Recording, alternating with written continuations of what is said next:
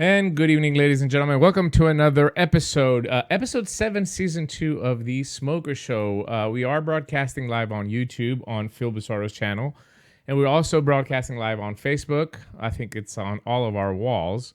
Just keep in mind with what you're going to be seeing in Facebook will be the Zoom meeting between us, and on YouTube you're going to see the full production that's going to have the replay as well too. Unfortunately, Blog Talk Radio is down, so the phone lines currently are not working. But I'm going to be monitoring it through the episode, and if I see them getting back up, we'll get them fired up so you guys can contact us. And without further ado, let me introduce my co-host, Mr. 𝗃𝗲. Hey, buddy! Just to let you know, on the Zoom feed, I'm just seeing your beautiful, handsome logo, your picture, not the actual feed. Just letting you know. On the feed, you're seeing my handsome logo. On Zoom, all I see, it says live on Facebook. That's what I see on Zoom right now. Contact. No, it's working for me. What do you see, Matt? My co-host, Mr. 𝗃𝗲. I am only seeing his picture as well. It's working for me. Okay. So maybe the people that are on Facebook can tell us if it's working. The only thing I got to do is just make sure I start this up here. So you can see me. Yep. Is it working? Right now. The YouTube feed looks good. Facebook, it's just Phil and I. Yes, that is correct, Matt. And Facebook is what? It's just me and Matt on Facebook. Yeah, because I wasn't on the thing now. I'm on there now. Now it's 2 of me and 1 of Matt on Facebook. Right. So you should know this after 2 years of doing the show, that what you see on my Zoom is basically what we're broadcasting out to YouTube. So you guys will know when you're talking and when you're on camera as well too. No, on Zoom I always see the complete layout when we do the show. Right. That's what you're seeing right now because you're the main guest on the camera. If I switch it to this, then you're gonna see both of us on there. See? Boom. There it is.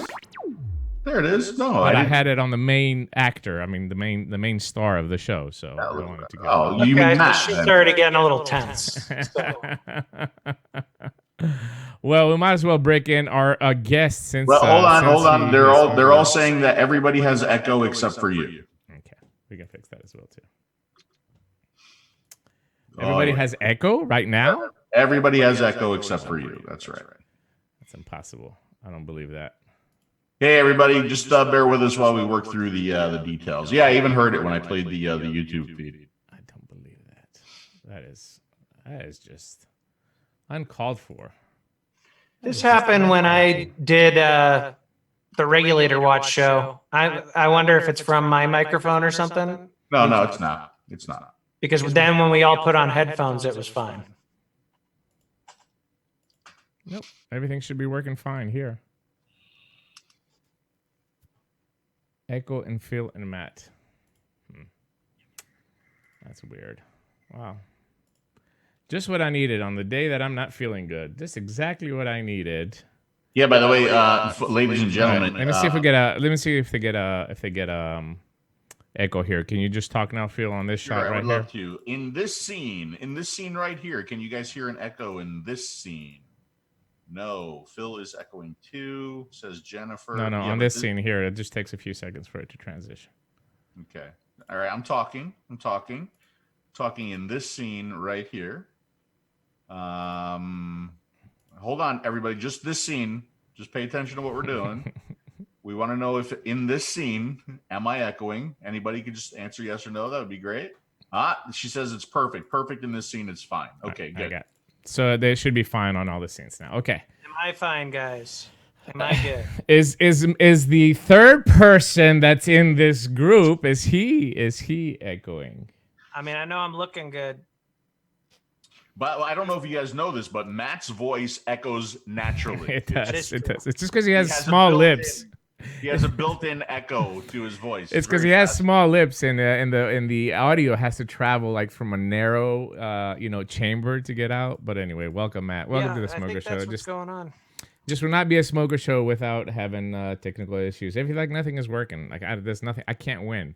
I'm feeling horrible. I've had a sinus infection for 2 weeks before we went to Italy. We went to a pharmacy in Italy, and thankfully the girl there spoke English, and she gave me some medicine, and I felt so much better for the show. She gave me some pills and spray for my nose, and I thought I was okay. I beat it. I get one of these once a year. Then I get back here, and it's been horrible. I've been trying to fight it. I finally went to the doctor today. $110. I went to a Minute Clinic. I just didn't want to wait for my doctor, and because I know exactly what I need, a Z-Pack to help me. So $110 to see the doctor, and then they gave me a steroid shot too. $72, Matt. $72 for a steroid shot. I broke it down per hour what that cost. You know, like she came into the room in 30 seconds, gave me the shot, and left. It's close to $8,000 per hour is what she's making. It's ridiculous. You're making it for the people that don't have insurance that don't pay their bills. I'm telling you, we don't have a youth epidemic of vaping in this country. We have a huge pharmaceutical mafia organization that is just taken over, and you know, it's a good topic to start off with, because I think this is kind of like what we've been saying for the last year since the attacks got, you know, very heavily involved against this life-saving product. It is, you know, it is a good topic to talk to, especially with what I'm going through right now with my physician's assistant and what happened with the doctor. And I have an update for everybody. Mm-hmm. So I got a phone call today from the physicians group, from the main group, and it wasn't because of the letter that I wrote. That letter is still there, and I still have to get a response on the letter. But it was because after you go see the doctor, you get a little survey on the phone, and it says rate your appointment on a scale from 1 being the worst to 5. So I hit 1 only because there was no 0. So today I got the phone call from the physicians group, and they wanted to know why I did the 1. And I went over the whole situation. Again, basically went over everything that was in the letter to them. And I told them that there was a letter as well. Also told them the number of people who are watching that Facebook thread, the number of likes and dislikes that thread got, the number of shares that thread got. Also, the fact that I have not yet at this point, shared the name of the physicians group or the name of the doctor. So she took down a whole bunch of information, and she said, okay, we're going to get back to you. So I will keep everybody posted as to where that goes, but I am not letting it slide. I'm not letting it sleep. No, it really annoyed me what happened there. Yeah, Matt? You shouldn't. It's ridiculous. And unfortunately, I think that happens quite a bit lately, especially. I mean, Vanessa's heard stuff like that at her hospital. Don't you think that it's time that, just like Phil is doing right now, we just stop, don't let it go? Because I think for a while we just like, I gotta explain to this guy that vaping is so much better than smoking. Look at my lung x-rays, look at this, look at that, and I feel great. And at some point I think that we all get just tired of it, you know? But I think getting tired of it does not give us an excuse. I mean, you don't have to be an advocate. I think the word advocate is just way too, you know, overblown or whatever. If you're just an activist for the product, if this product helps you and saves your life, I think it's time that we stand up and use some dirty tactics. If a bad Yelp review is going to get this doctor to sit down and listen, I'm all for it, you know? Yeah. Oh, I believe me, I have not yet begun. Like, okay, so now, see, like, I'm kind of I'm maybe not as much of a vindictive prick as you are, Dimitri. Yeah, But I am definitely a vindictive prick, but this isn't me being vindictive. This is me trying to save the lives of people who are going to sit before this guy, and this guy is going to tell them. And believe me, you know, there's a lot of people. I know how my mother is. I know how my grandmother was. Doctors are gods to them, right? Yeah. And whatever they say, they will do, right? And I don't want people to sit in front of this man and have this man tell people that you should smoke over vape. He's going to kill people. And I will not let that stand. It's especially important when it's someone with a position of power like that, or, you know, like anyone, like journalists that are spouting nonsense, or politicians. I mean, when they have a platform like that, they have to be held accountable when they say bullshit. Mm-hmm. Yeah, Matt, do you? This is a question that I ask every guest that comes. Hey, on the show. before you ask that question, Dimitri, I just want to welcome Matt to the show. First of all, I don't think we welcome him enough.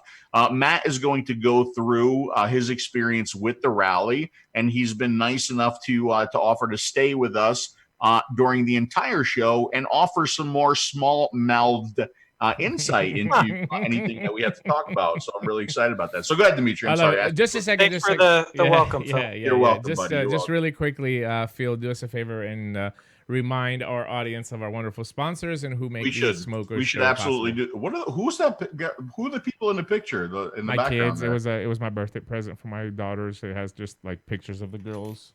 Oh, well, because the one looked really sexy. I didn't know which one. Hey, now. I'm sorry, it was. All right, anyway. Hey, thank you to our sponsors, the people who we work with to create the platform products. That would be Innokin. We're going to be talking about one of Innokin's new products here tonight. The fine folks over there at Juno. Lunar Rover. Remember, if you use coupon code 𝗧𝗵𝗲 over at the Lunar Rover website, you're going to get 15% off of your order. 5 Pawns, one of our sponsors, really, really good company. And of course, the folks over there at Joytech. Thank you to our sponsors. And remember, please, you go ahead and thank them or support them. We certainly appreciate them being 𝗧𝗵𝗲 Show sponsors. I mean, if I get the phone lines up, we're gonna give away some stuff later on at the show today. I'm just in Christmas is approaching. I'm in a given mood. But back to the serious topic at hand here, Matt. Obviously, if you don't know Matt, he's had a YouTube channel for quite a few years now. It's called Matt from SMM, formerly known as 𝗧𝗵𝗲, but you can find the channel under both names. It would be cool if you These guys told me that they wouldn't have me on their show until I changed my channel name. Nah, that's bullshit. Mine still tastes your juice. I still believe since day one, since I met Matt, his channel should be called 𝗧𝗵𝗲 because that's the only thing that can fit in his mouth. But that's why he's a mouth-to-lung vapor right there. He can't fit the big mouthpieces in his mouth. I'm telling you, it's not that my mouth's that small. I just have a really big face. No.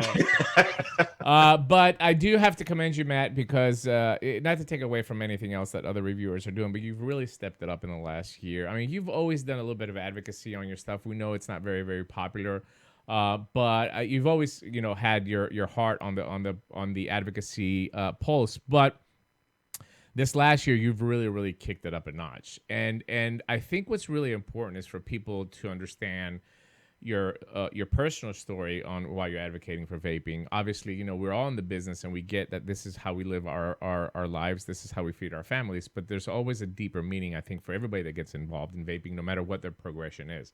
So my question is, a two-part question. Obviously, the first question is from your experience with vaping and people that you've talked to, and people that and how the product has affected your life. Is there any reason in 2019, in November of 2019, for any person that is smoking and has tried available NRT methods or methods that have been approved by the government to quit smoking, or not approved methods like hypnosis or going to Mexico in a cavern or something like that, they've tried all those available methods and they have failed to quit smoking. Is there any reason for them not to try vaping? No. There's no reason for them not to try vaping.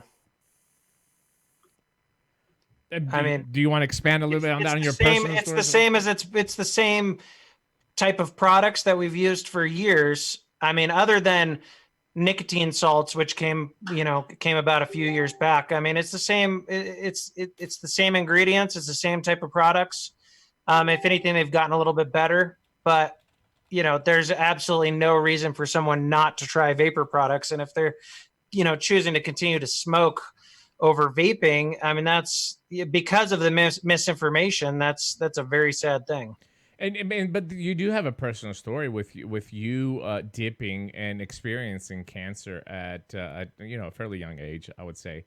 No, I didn't dip. I smoked, and I got oral cancer from smoking. Yeah, that's correct. You got oral smoking you got oral cancer from smoking. So going through that, I mean, what had to be a traumatic experience at your age as well too, to where you are now. How has your health improved in general, not just with that particular topic, but just in general, how you feel?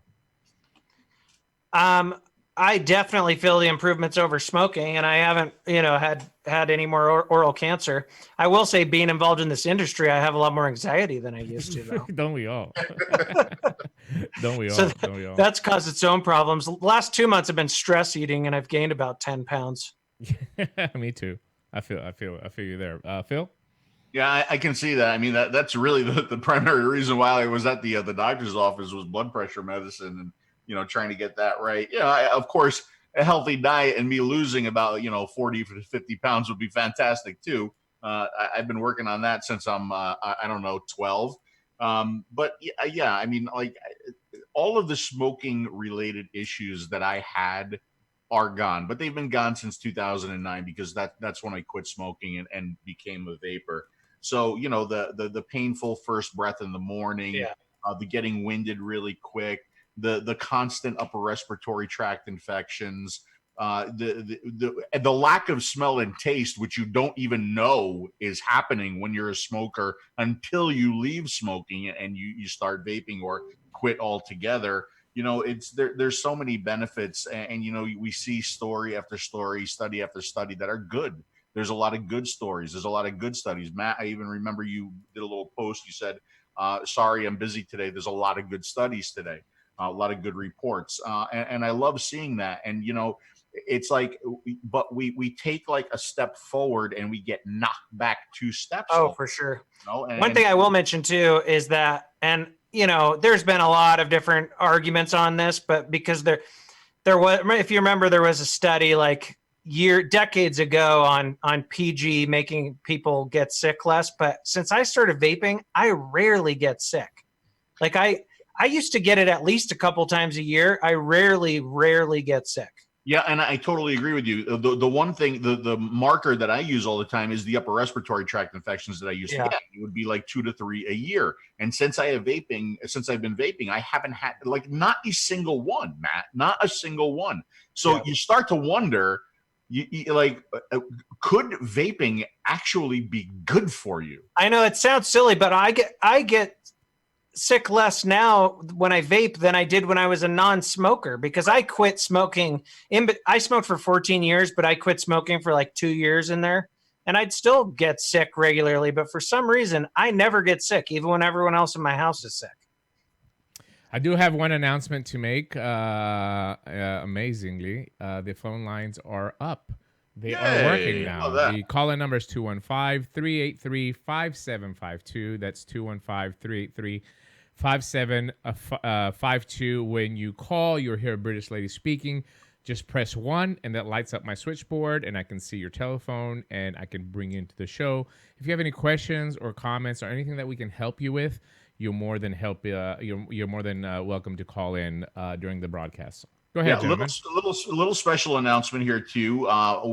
For those of you who have been watching my channel for years, around this time of the year, I do the great stocking giveaway, and we are going to kick it off in a pretty large way at the end of the show. Okay, so stick around for that, because I have a massive prize pack from Innokin, and that will be the first item or group of items that are going to go into the stocking this year for the great stocking giveaway of 2019. All right, so that's why I'm decorated tonight. There you go. See Team that? Free Shit will be happy. All right, so one of the main reasons why we had Matt on the show tonight was really to walk us through the rally. Dimitri and I we had a prior requirement to be in Italy, so that's where we were.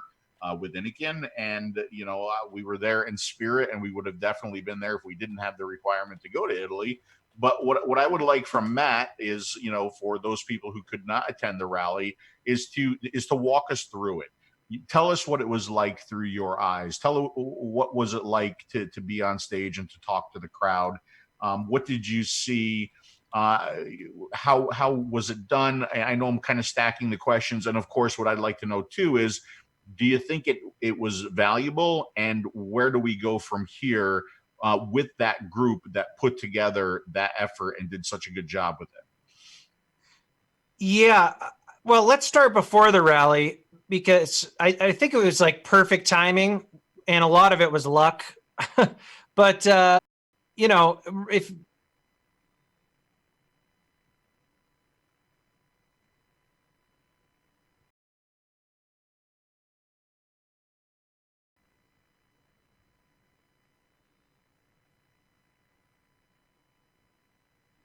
reporting that just came out on Sunday basically confirmed that. So, he backed off. And then that Friday before the rally, we didn't know that he had backed off. We just knew they hadn't announced it yet. That Friday before the rally, he, at a press conference made some comments that sounded like maybe he was softening a little bit. And at that point, we're like, whoa, this rally's like perfect timing. It's the next day. So then the rally happens. It was an awesome turnout. It's kind of blurry for me because I was really nervous before I spoke. Yeah, there's my head. I'm just showing pictures while you're talking. It was kind of blurry for me, but like it was a surreal experience, and like it was really cool and kind of humbling. Like there was definitely like thousands of people there. A lot of people have estimated like 3,000 to 4,000 people. But just the way everybody acted and stuff was great. Like even when we had to cross because they had to clear the park out. At one point, because the president was taking off from a helicopter. I don't mean to break in here, Matt, but people are saying that they're getting an echo as you're showing those photos and as Matt is talking to me. All right, go ahead. I'm sorry, Matt. Oh, no worries. So, we had to cross the street and basically go to where the Washington Monument was because the president was taking off from his helicopter. And, we found out that he was on that helicopter and had flown right over us. So that was perfect timing as well. And it turns out he did see us, as reported on in the reporting last Sunday. And so, as far as the speaking goes, it's kind of a blur. I definitely have my speech completely written out because I was super afraid of fumbling and messing it up. But it was a very cool and humbling and kind of like a unifying sort of feeling. That's awesome. Do you remember the speech that you gave? How long were you allowed to talk for? 5 minutes, but mine ended up going like 7. I posted it on my channel because thankfully a few people had filmed it. Oh, awesome. And so you estimated, 3,000-4,000 people. What was it like getting up on stage and talking to that many people? Have you ever done anything like that before? Yeah, I you guys know this, but I grew up a Jehovah's Witness, and Jehovah's Witnesses have like these assemblies once every year.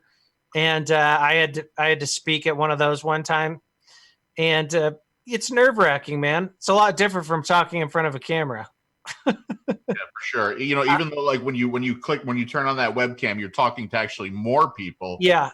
But and like I've spoke at like vape shows and stuff like that, but this was just different because like you're up on the stage, the crowd's right there, the White House is behind the crowd. You can see snipers on top of the White House as you're speaking.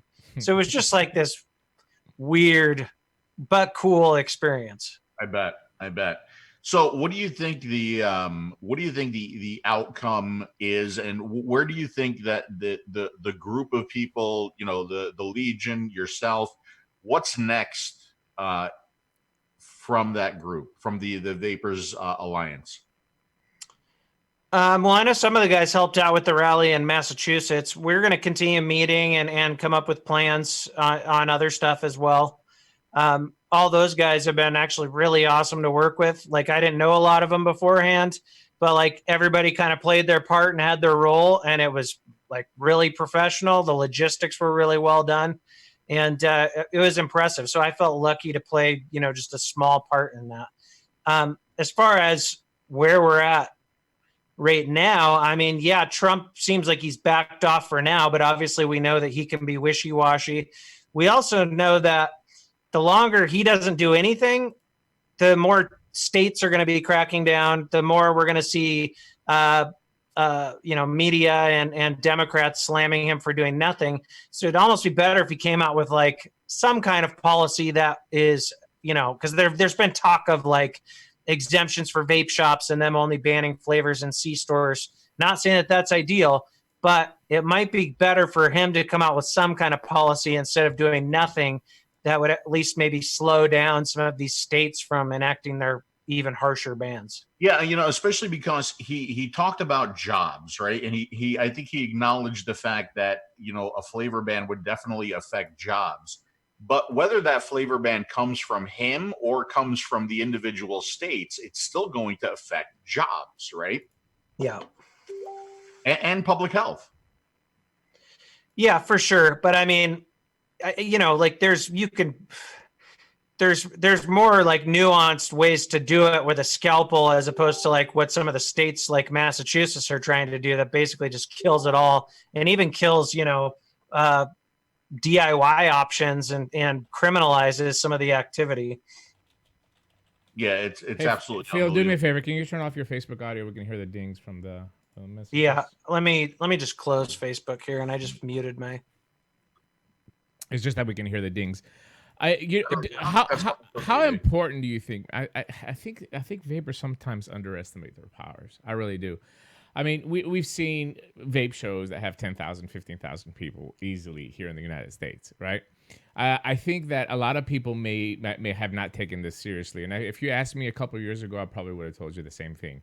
However, I think just like Phil, we realized how critical our situation is, which resulted in, thankfully, a good amount of, would I like to see 10,000 there? Yeah, obviously. 20,000, obviously.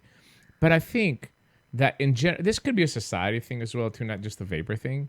But I think that a lot of people underestimate the power that they have as citizens in this country by voicing their opposition in a way that can be fruitful.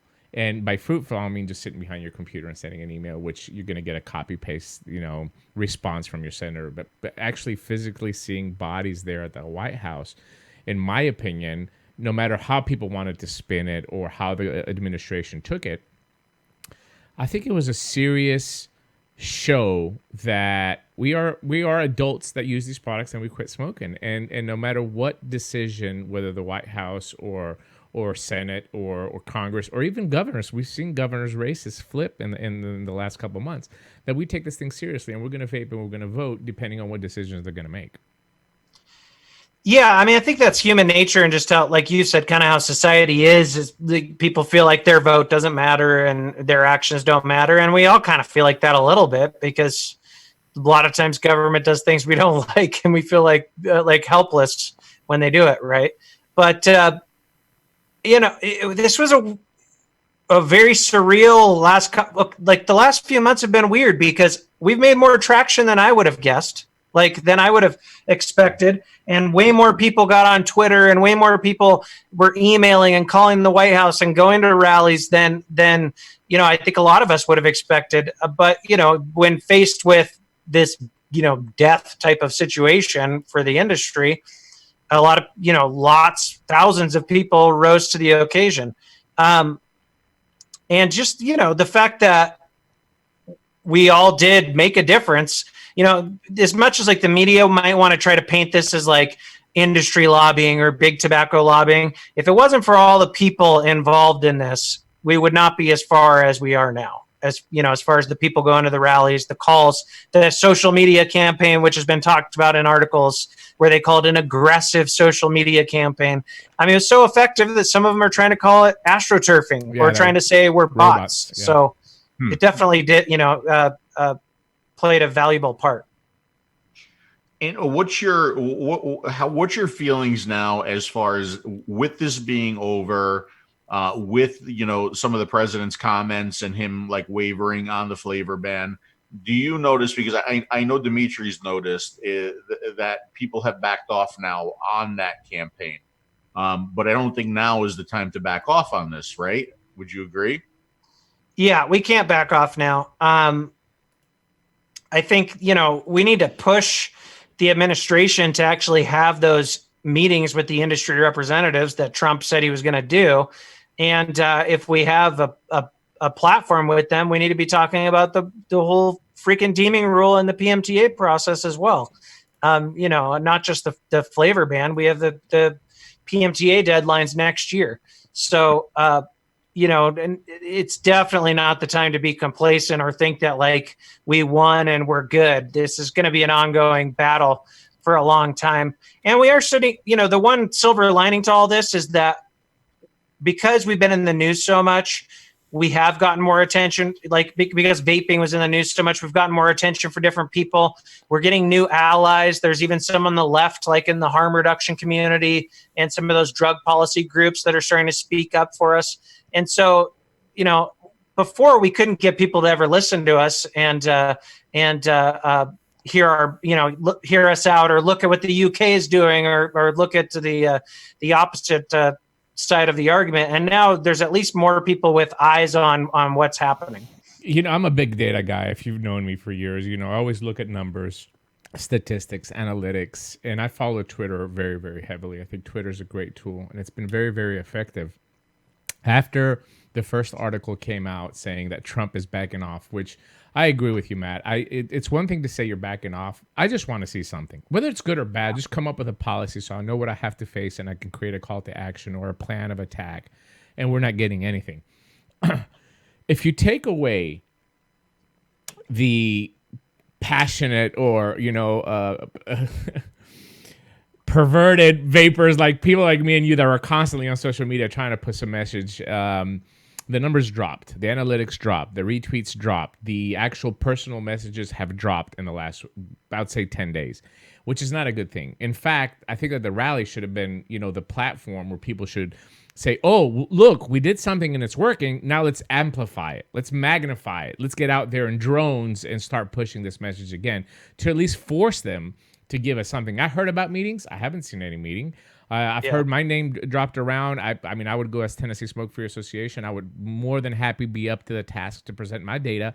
And I think that every other serious open vapor group would do a fantastic job. But we haven't heard about meetings. We haven't heard about the administration reaching out to anybody. We haven't seen any policy change. In fact, we saw Cancer Society today change their stance. With this Cancer Society today change their position on electronic cigarettes, and basically they're saying do not use electronic cigarettes as a mean of smoking cessation, which to me is criminal. I mean, obviously in that same release on the bottom they said, yeah, well, vaping is better than smoking, but we don't want you, if you're smoking, you shouldn't be using vaping for smoking cessation. We're seeing Jerome Adams today made a tweet completely discrediting the Royal College of Physicians. I'll talk about that a little bit later, but again, and there's the Heart Association's new campaign. I mean, they're doubling down. $20 million against vaping from the American Heart Association, and of course, Lung. You know, they're broken, bankrupt, but Lung's still against us. Everybody's against us. So I think the message that I'm trying to relay is that now is not the time to be complacent. Now is the time to kick it up. Let me take a call. We have a call waiting patiently on the lines. 401. You're on the air with Matt, Phil, and Dimmy. And I can't hear him. Why can't I hear him? Just a second. Let me see if I can fix this real quick. Settings. Audio. Well, at least the phone lines are up, but it's not working. Okay, can you try now? That's up, that's up, that's up.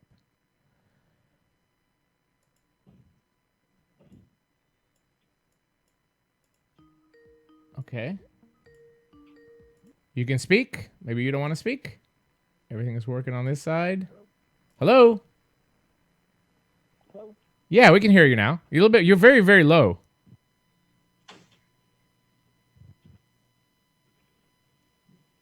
We can hear you now. Yeah, that's better.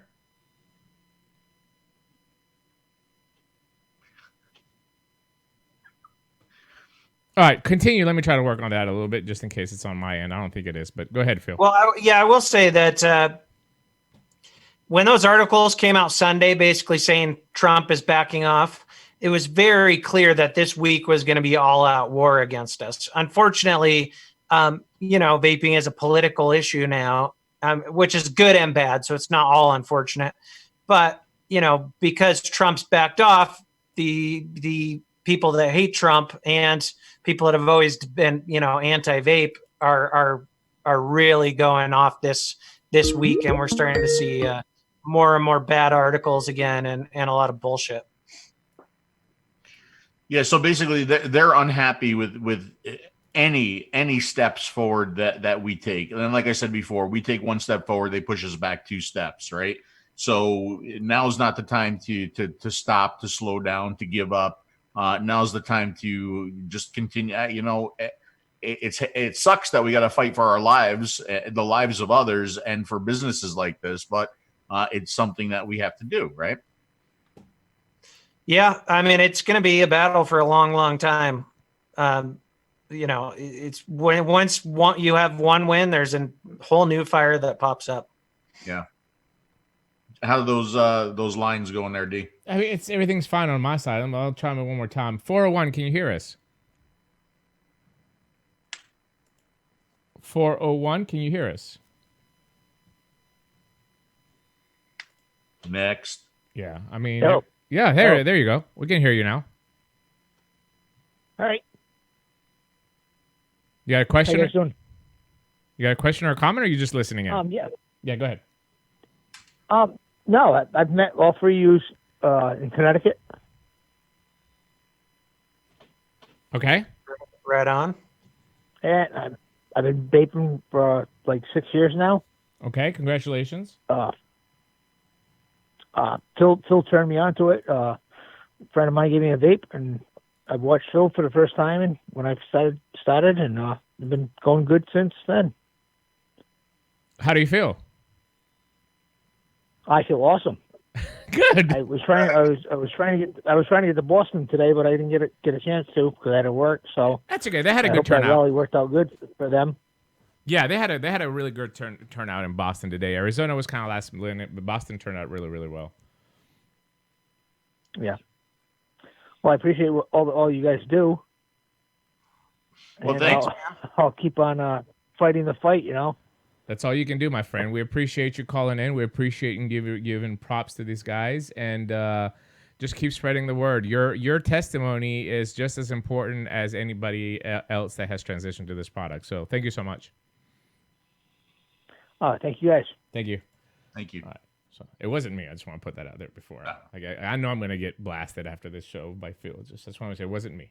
Anyway, so back to the topic at hand. You know, rally is one part, Matt, and I think that when we're talking to smokers, this is really a rights issue more than just a vaping issue. You know, I think I would fight for, if I was smoking, I'd fight for smoking the same thing I'm fighting for vaping now, because I do believe that you, as an adult, have the right to choose the method of nicotine delivery that you want to put into your body. And we've talked about the youth epidemic. We did it in the last episode. If you want to go see, we did a whole 2-hour show on this. But a fabricated youth epidemic, even if there was a youth epidemic, which there's not, it's a fabricated one. I think that does not give the right for the government to make laws that are going to restrict access for adults to these products, even if they were just 1% better than smoking. You're absolutely right. I think that, and this is kind of controversial with some people, but where I am at is that in order for this industry and this to have longevity in this country, we have to eventually have a bipartisan coalition. So as much as we want to hammer the Democrats and the left right now, like, bottom line is we need some of them to get on board for us to be safe long-term. Yeah. And so, you know, I think that the rights argument works amazingly well with the libertarian types and the conservative types. But then, you know, and this is one good thing that I've seen lately, people like Ethan Nadelman, who ran Drug Policy Alliance for decades, you know, started that with George Soros. He's now speaking up for vaping. Drug Policy Alliance themselves are now speaking up for vaping. We need some rich fucking evil billionaires to get on our side too, you know, so, you know, getting that kind of anti-drug war group on the left, you know, and then the conservative libertarian group on the right, and putting them together, which cannabis is already doing, and they're really good at it so far, is going to ensure our longevity, in my opinion. I think we're partially to blame in that, because in the times where this industry was making a lot of money, we didn't utilize this money correctly. You know, we're so focused on marketing and shows and this and trying to promote the products that we didn't make any allies. And eventually, I think that that we have to understand how the game is being played, and the game is clearly a financial numbers game, and we didn't invest. We've seen where we have invested money that it's yielded results. We've donated to Rand Paul. We saw he came out. Not we, but Troy LeBlanc from Derbs created this little coalition that went to a fundraising dinner for them and got their voices heard.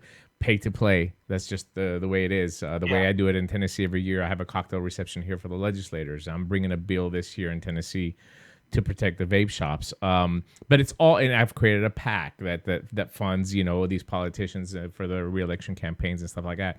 And it sounds like it's corrupt and dirty, but it's just politics, man. That's just how policy happens in the United States. You have to play politics. I mean, financially and in other ways as well. And we're better at it now than we used to be. And like, we do have different groups that are working for us that have helped in this fight. Like definitely, I think Americans for Tax Reform and guys like Paul Blair and Grover have helped us in this fight, getting to the White House. And we need that same thing with, we need some seasoned political operatives on the left as well. Like we got to be strategic with this, because unfortunately it's not just about vaping's good, accept it. Like it's going to be a brawl. It definitely was. Let's get a little bit to some Smoker Show topics, Phil, because I think since this is the Smoker Show, we should cover a couple of the things that we've been preaching for the last 10 years. But I was really surprised. And by the way, your questions in the chat are being collected by Beal. And when we get to a specific question that's on topic, I will bring them up. And by the way, Stephen Taylor made a very interesting comment in the chat. Okay. And it's something that I want to speak to, because if you remember on the last episode, I wanted to talk to a theory that I had about vaping products and big tobacco, right? And I want to talk about that theory, and it kind of goes along a little bit with what Stephen Taylor wrote. So we'll get to that in this episode too. Okay, so back to the smokers topic. I mean, I know from personal conversations with you that that 12 milligram is a thing for you. I would say, no matter what people say, I will say that you're probably in the under 1% category of not only saying it, but actually using it as well too. But through the transitions that we've seen in vaping, where we started in 2012, 2011, 2013, and where we went to 2016, and where we're being now, this vicious cycle, I personally think that the biggest error of our industry is not converting 20 million smokers in a 10-year unregulated grace period that we had from the government. And the dramatic stop happened in 2016, early 2016, I think, when everything was transitioning to lower nicotine. So I want to get your take a little bit as a smoker, not only from your personal use, why you're using this product, why is it satisfying you now versus everything else that you've used, but also when we're trying to convert people and we're telling smokers, you don't need 50 milligram to quit smoking. You need to find something that mimics the hit of a cigarette, and this is what we did. Kind of describe 12 to 18 milligram regular nicotine in a proper setup as well. So I want you to kind of take us through that process as well too, for the smokers that are listening and possibly those that are struggling dual using. Yeah, when I started vaping, I think I started with 18, and then after a few months, I moved down to 12 for mouth to lung stuff. And then, as a reviewer, I always kind of my vaping styles would change depending on what was out. And now that there's so many more good mouth to lung products out again, I love 12 milligram 50/50 in majority of these AIOs or pods or MTL tanks out there. It's like the perfect amount of throat hit for me, and I've tried Nic salts, but they've never done well with me. I get a scratchy throat, even on the lower milligram. I get a scratchy throat. I get some chest tightness. There's just something about it that doesn't do well with me. And I like the throat hit. So, I'd rather use the 12, regular conventional nicotine as opposed to a 20 or 25 Nic salt, because I still get a better throat hit off the 12. How important it is that for a smoker, though? Why is it so hard for people to understand, or why is even our own community, influencers, shops, distros, why don't they understand the value of the 12 milligram product and devices that are meant for that. What is this 3 milligram, 50 milligram extremes that we're pushing? Well, I think what happened is back before 8816, all these companies were basically guessing on what they should leave on the market and thinking they might, be making PMTAs or something for it. So it was like 3, 6, and then, there was a couple salt companies back then.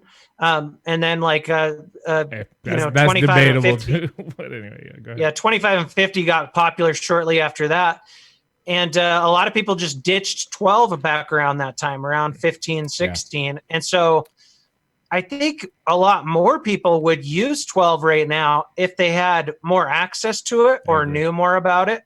A lot of the new vapors that were smokers are going straight to salts, and that's all they know. Yeah. And then a lot of the people that are direct lung vapors have, been using their 3 or maybe 6 for so long. And so a lot of people just don't have access to the 12. I think which is a crime. I think it's a crime. I think it's criminal. By the way, thanks to Stefan Northcutt for the super chat. Yeah, thank you, Stefan. For people that don't know who Stefan Northcutt is, I will tell you. This is the message that he privately sent me, and I'm sure he has no issues with me sharing it. I am a vapor and have been since January 4th, 2013, because of people like you who care. I started smoking at 13 and stopped January the 4th of 2013. I am now 40. And I feel wonderful. I want to say thank you so much. Yesterday I was injured at work and got x-rays on my chest and lungs. The doctors couldn't even tell that I was ever a smoker. Then you can see a picture of his nice, beautiful, clean, white lungs there on the bottom. So, don't take my word for it. For you that are smokers debating on trying this product, take Steven's words for it and look at his x-rays. And I'm sure this is a sentiment that can be shared across the board. I love how Stefan or Steven sent you that, because if you remember back when it was nothing but cloud competitions at shows, I said, you know what? How about we do this instead of cloud competitions? How about we do a clearest or chest x-ray? Yeah, that'd be good. That's a good idea. Most improved chest x-ray That's a great competition. idea. Would we be in a better place if that was the competition over a cloud competition today? I don't know. Maybe we would be. Maybe not. But I think we certainly would be. We got a telephone call on the line. Let me go ahead and bring them in. 859. You're on the air with Phil, Dimmy, and Matt. Yeah. Hey guys. I'm in Kentucky. And I just wanted to thank all three of you for the hard work that you do for vaping. I actually have a market stall at a flea market. I've been out there for 6 years roughly. Mm-hmm. And I don't make a whole lot of money in this business, but I do make some, enough to make it worth my time. And, I've heard all this stuff since I first got in the business. Oh, this is going to happen. That's going to happen. And they're going to ban this and ban that.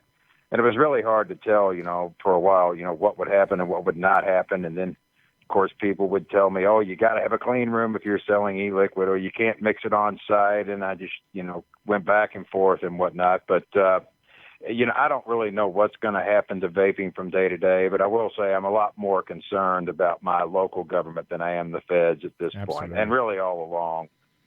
So, anyway, but as far as Phil 𝗵𝗲, I think the first video I watched from you, if I remember correctly, was actually I don't know if you can remember it or not. It was the Joytech 𝗃𝗍 and 𝗃𝗽𝗲, and you were showing a way to take the plastic off of that, pull it off, unwrap it, hold it under the sink, completely wash it out, then wrap it back up.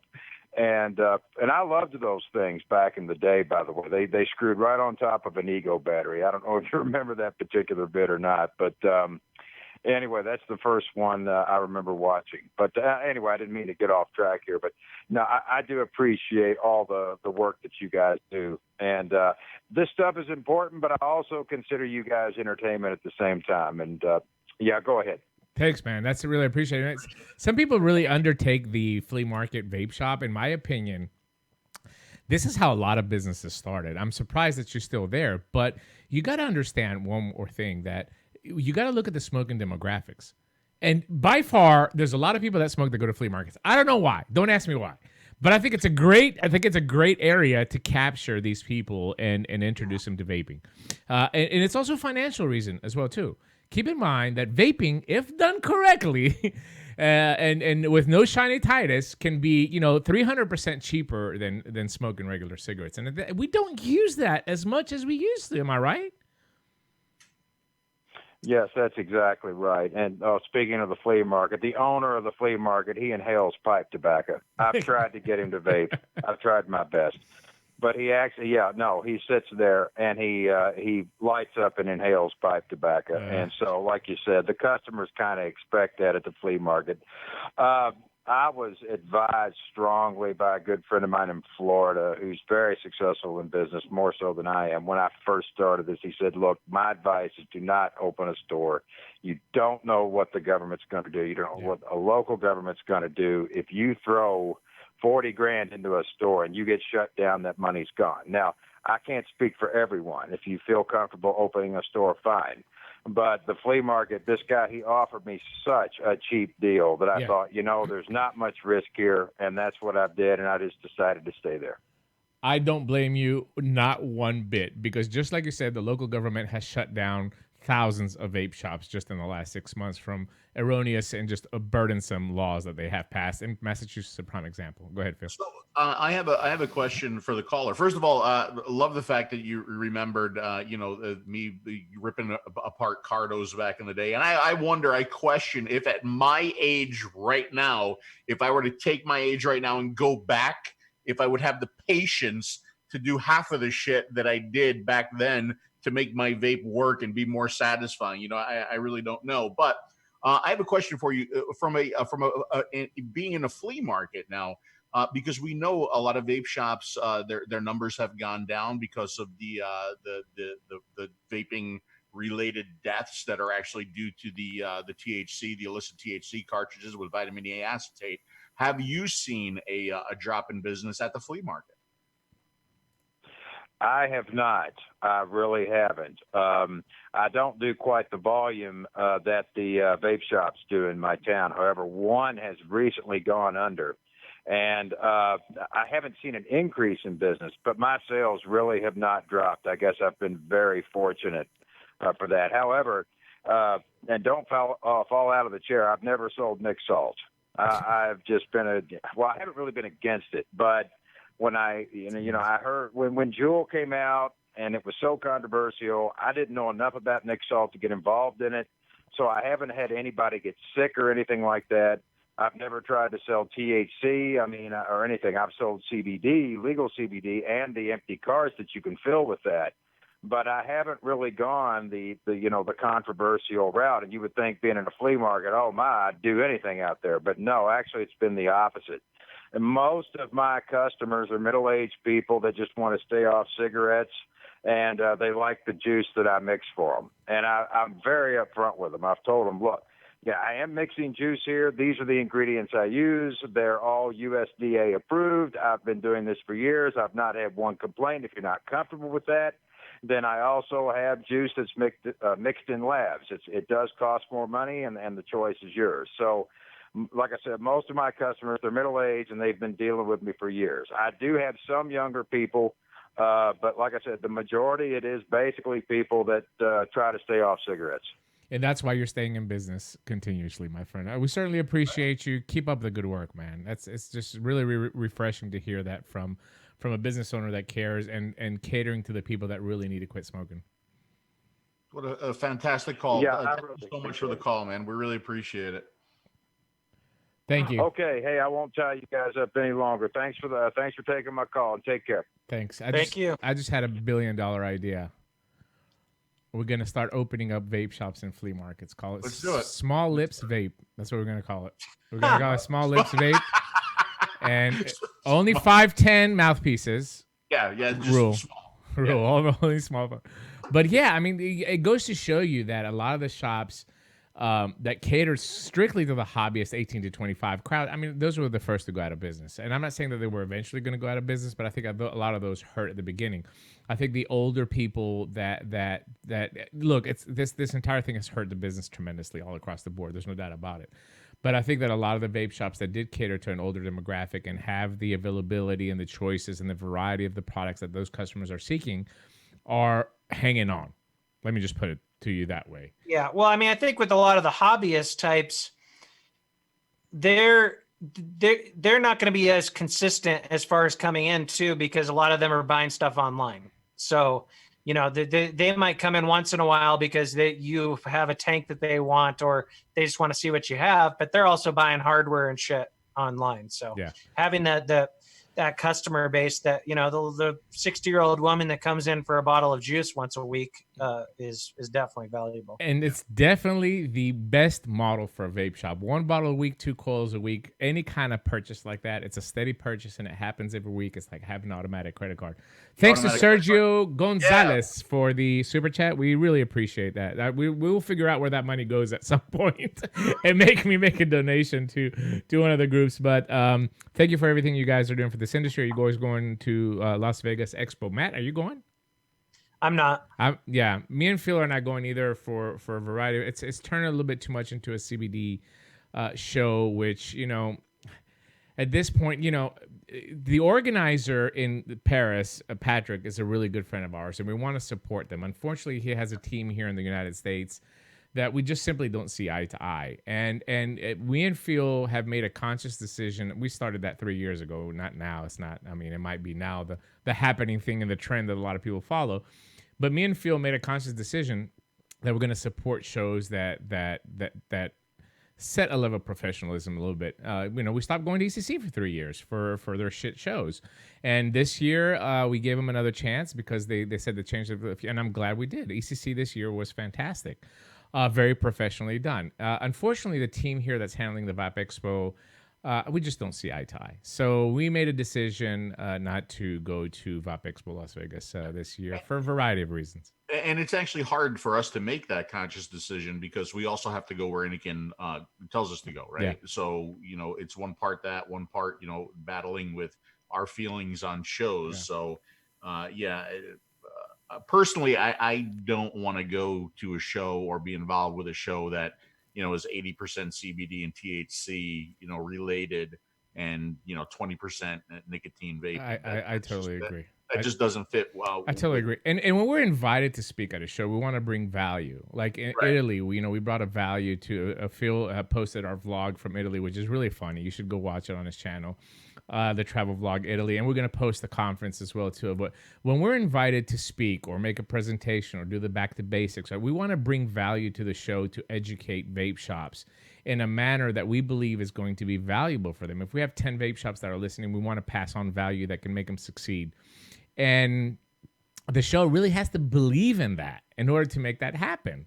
If the show is just inviting a couple people just to get the names there, just to draw people there, whatever, that's no value to as a vape shop owner. When you go to a show, you want to see the new products, you want to test them out, you want to get some information on your business, how to improve your business. This is what we want to contribute, and in a manner that's professional and in a manner that can be substantial. And I just don't believe that the team here in the United States for Vape Expo believes in that.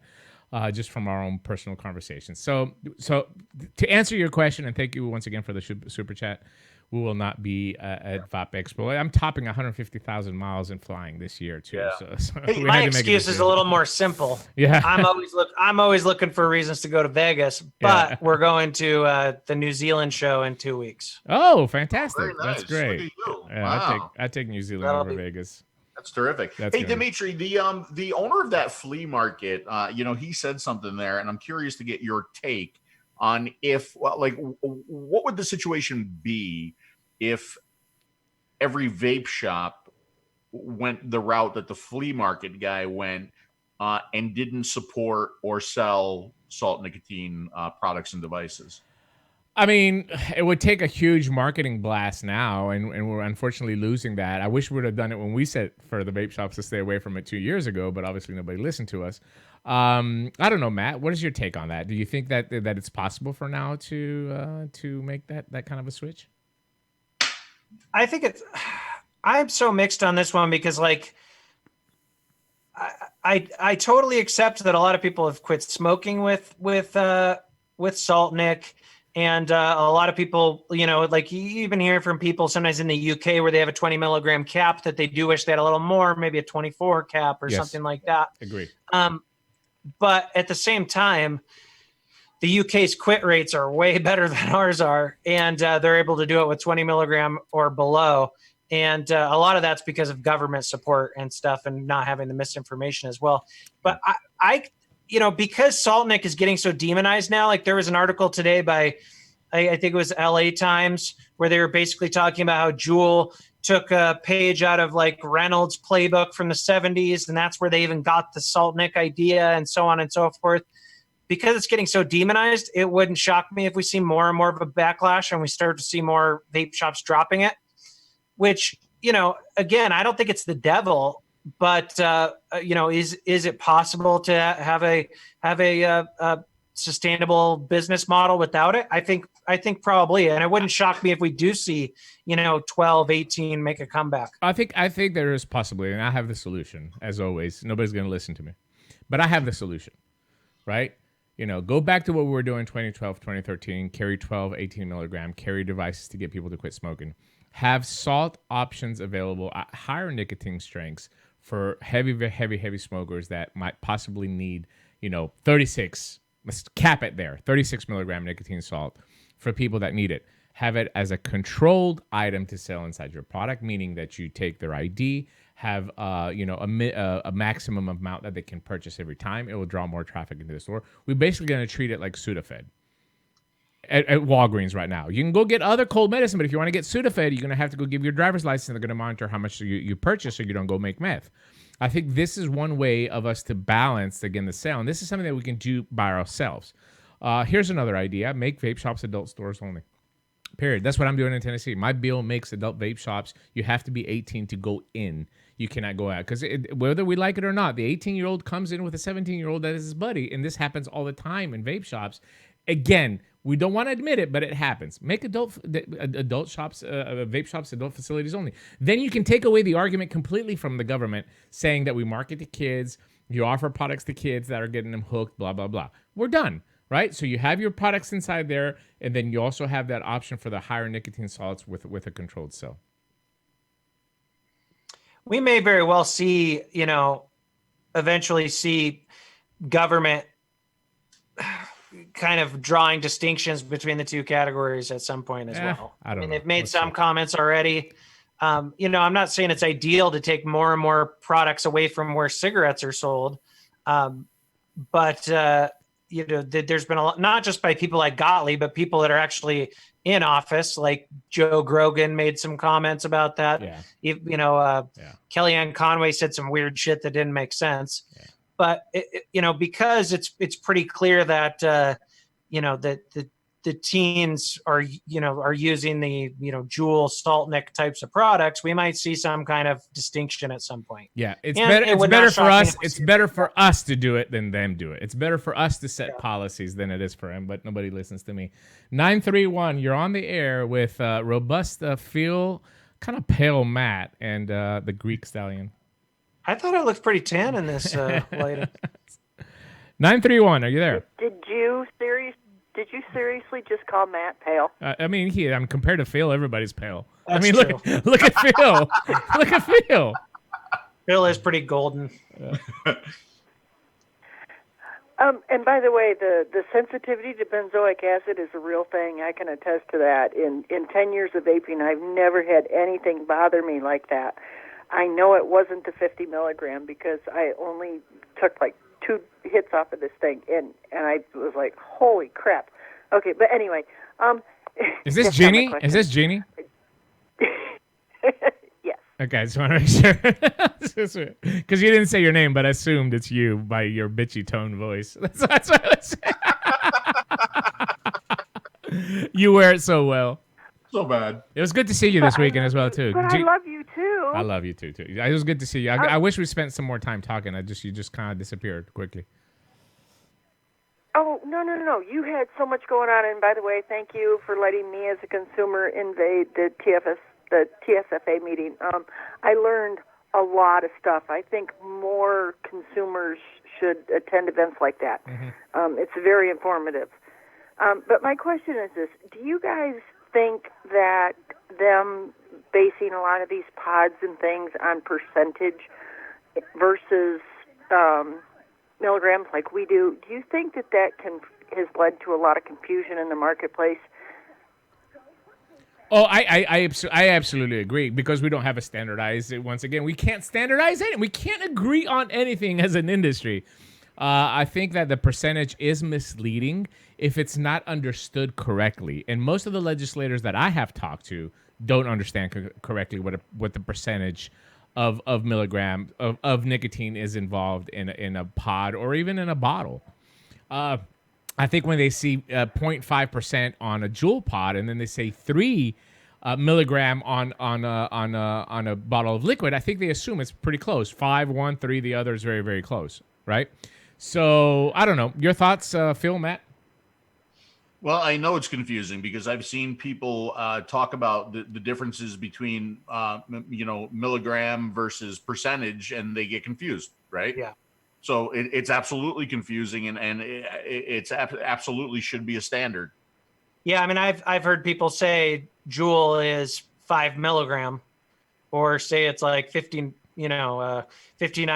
What is Juul? Like 5.9? Isn't that what they say? It's 5.9 true inside, but they call it 5. I see people cross that all the time. So, I don't think it's like our biggest issue, but it's definitely caused some confusion. Yeah, I agree with you, Jenny. And this is, again, something that we should have done as an industry and get I've seen open bottles with percentages on them as well, too. So it's not like they're just the only ones doing it. We're doing it as well, too, simply because our industry cannot agree on one stupid thing. Now, there's not one thing. But it does make you wonder if Juul, I mean, let's be honest. Juul is big business. They had a lot of consultants come in when they were starting up as well. It does make you wonder what their reasoning was, because at the time I remember when I first got the Juul, when it first came out, everyone else was doing milligram at that point. Maybe somebody was doing percentage, but no one I knew of. And then they threw the percentage thing in. Like, did they do that to make it seem lower than it was, 5.9%, as opposed to having to say 59 milligram? I mean, we'll never know, but it was always kind of weird to me. Juul, I wouldn't be surprised. I'll give you a perfect example of no, set standards in the industry. What does 70-30 mean today? Because I can tell you, back when I started vaping, I could tell you what 70-30 meant. Now I can't. I don't know what that means, right? What comes first, PG or VG? In my world, PG always came first, right? Now it doesn't seem to be the same. Now it seems like VG comes first. So that's why, like, whenever I'm talking to somebody, I'll always say 70-30 VG or 70-30 PG, letting them know what I'm talking about, because there's no set standard, right? Dimitri and I tried to do standards when it came to O-rings back in the day with different coil materials. Standards are good. Standards are good. They don't hurt anybody. They just help. And we should have standards. But, egos get in the way. The manufacturers in China couldn't work together on standards for fucking colored O-rings. I mean, come on. And they still can't. And they still can't. They still can't. It's crazy. So, Jeannie, yes, I think that it is. I think it is causing confusion on the market. But, when you don't have a regulatory body and you can't self-regulate, because we've proven that our industry can't self-regulate, this is what happens. We should have distanced ourselves from this product that came on the market, and then subsequent products that came onto the market to try to compete with Juul. We should have separated ourselves. And I've said this multiple times, but unfortunately, this is where we are now. It's going to take the government to come up with a rule and say you have to have this on your bottle to show the nicotine percentage. And Jeannie, I don't think you have a bitchy voice. I think you have a smooth, beautiful voice. That's I think she sounds really friendly. I think fuck y'all, both of y'all. You're trying to make me look bad. Everybody knows Jeannie's a bitch, but we love her for it. That's what makes her special. Bust me, Demi. You notice that? You notice that Phil and Matt both just threw you under the bus. Story of my life. Just say it. Story of my life. Right, Story of my life. See, Bob has the perfect solution. Just use 50-50, and then there's no question. There you're done. There you go. All right, Jeannie. Hey, thanks for the call, Jeannie. Bye, guys. There's a couple of things that I want to just address real quick in the chat. I know there's a couple of people. It seems like they're battling cancer in the chat. Jeffrey and Afro. Hey, stay strong, guys. We feel for you. If there's anything that we can do to help, if there's any product that we have that we can get you that would help you guys out, you just let us know. Limner, yeah, I know. Don't worry. There will be a big stocking for the stocking competition. All right. Interesting here from Joseph. Joseph is somebody that we walk with. Since Joseph has been using the Lunar Rover 12 milligram, he stopped using the Juul, so it's actually it's worked for him. That's good. Since we're on the topic of cancer, I have a question that I've saved here, Matt.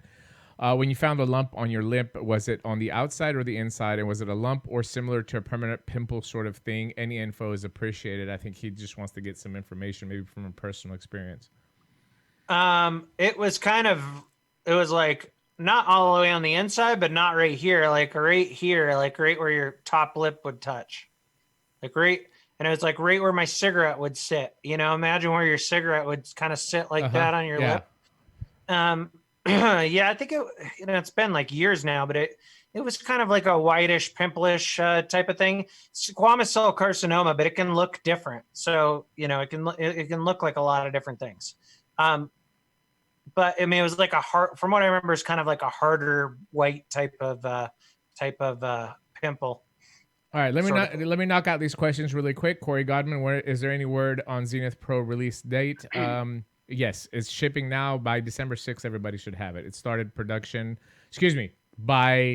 It's started production 2 days ago. It will be shipping out of China on November the 27th. By December 6th, all distros and shops should have it. Well, not a lot in the United States, but in the rest of the world. Yeah, I know, right? But on the Zenith Pro, I just did a post on Taste Your Juice, and it was like an all-inclusive post. The post has the flyer for it. It's got the introduction video that I did for it. It's got Innokin's promo video, and it's got the 3 tutorial videos that I did on the Zenith Pro, all in one place. So if you guys want like all the information on that atomizer, that's where you're going to find it. TasteYourJuice.com. Mike McManus said, vaping saved my life. 5 years of combustibles. I'm 65 years old.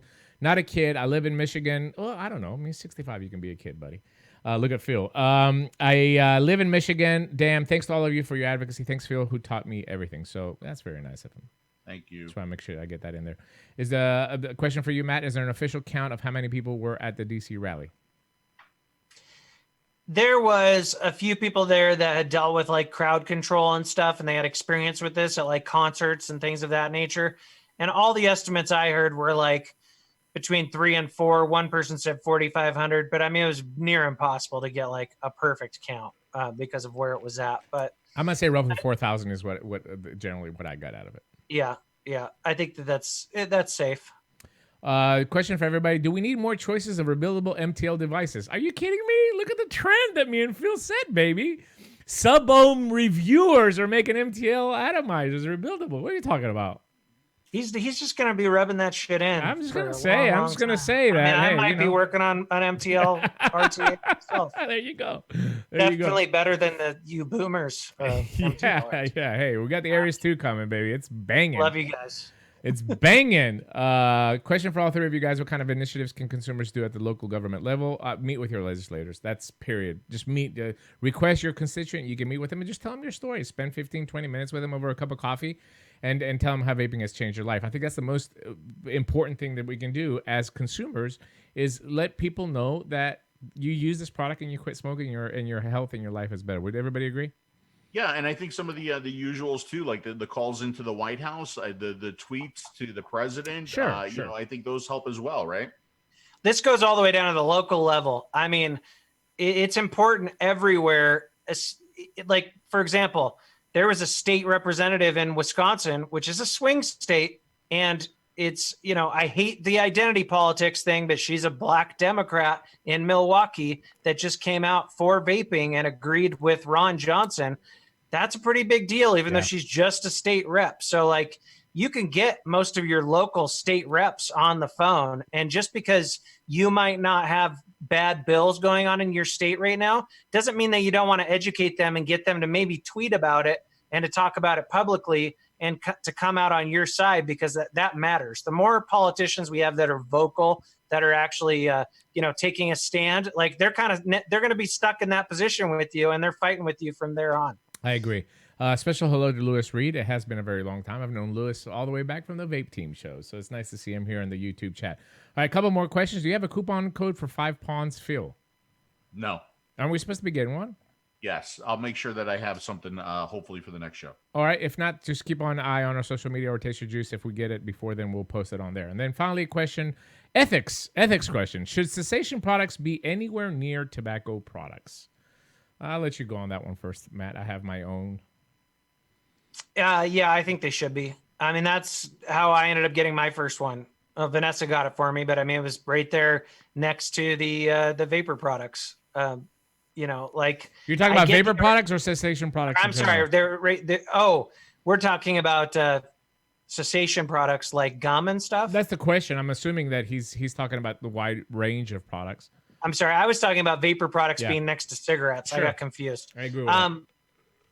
Yeah, I mean, I think cessation products should be available all over the places as well. I mean, you know, as much as we might want to shit on them because they didn't work for us, they could potentially work for some people, or at least get them started down a path of trying different things. Maybe that doesn't work, and so then they go to vaping.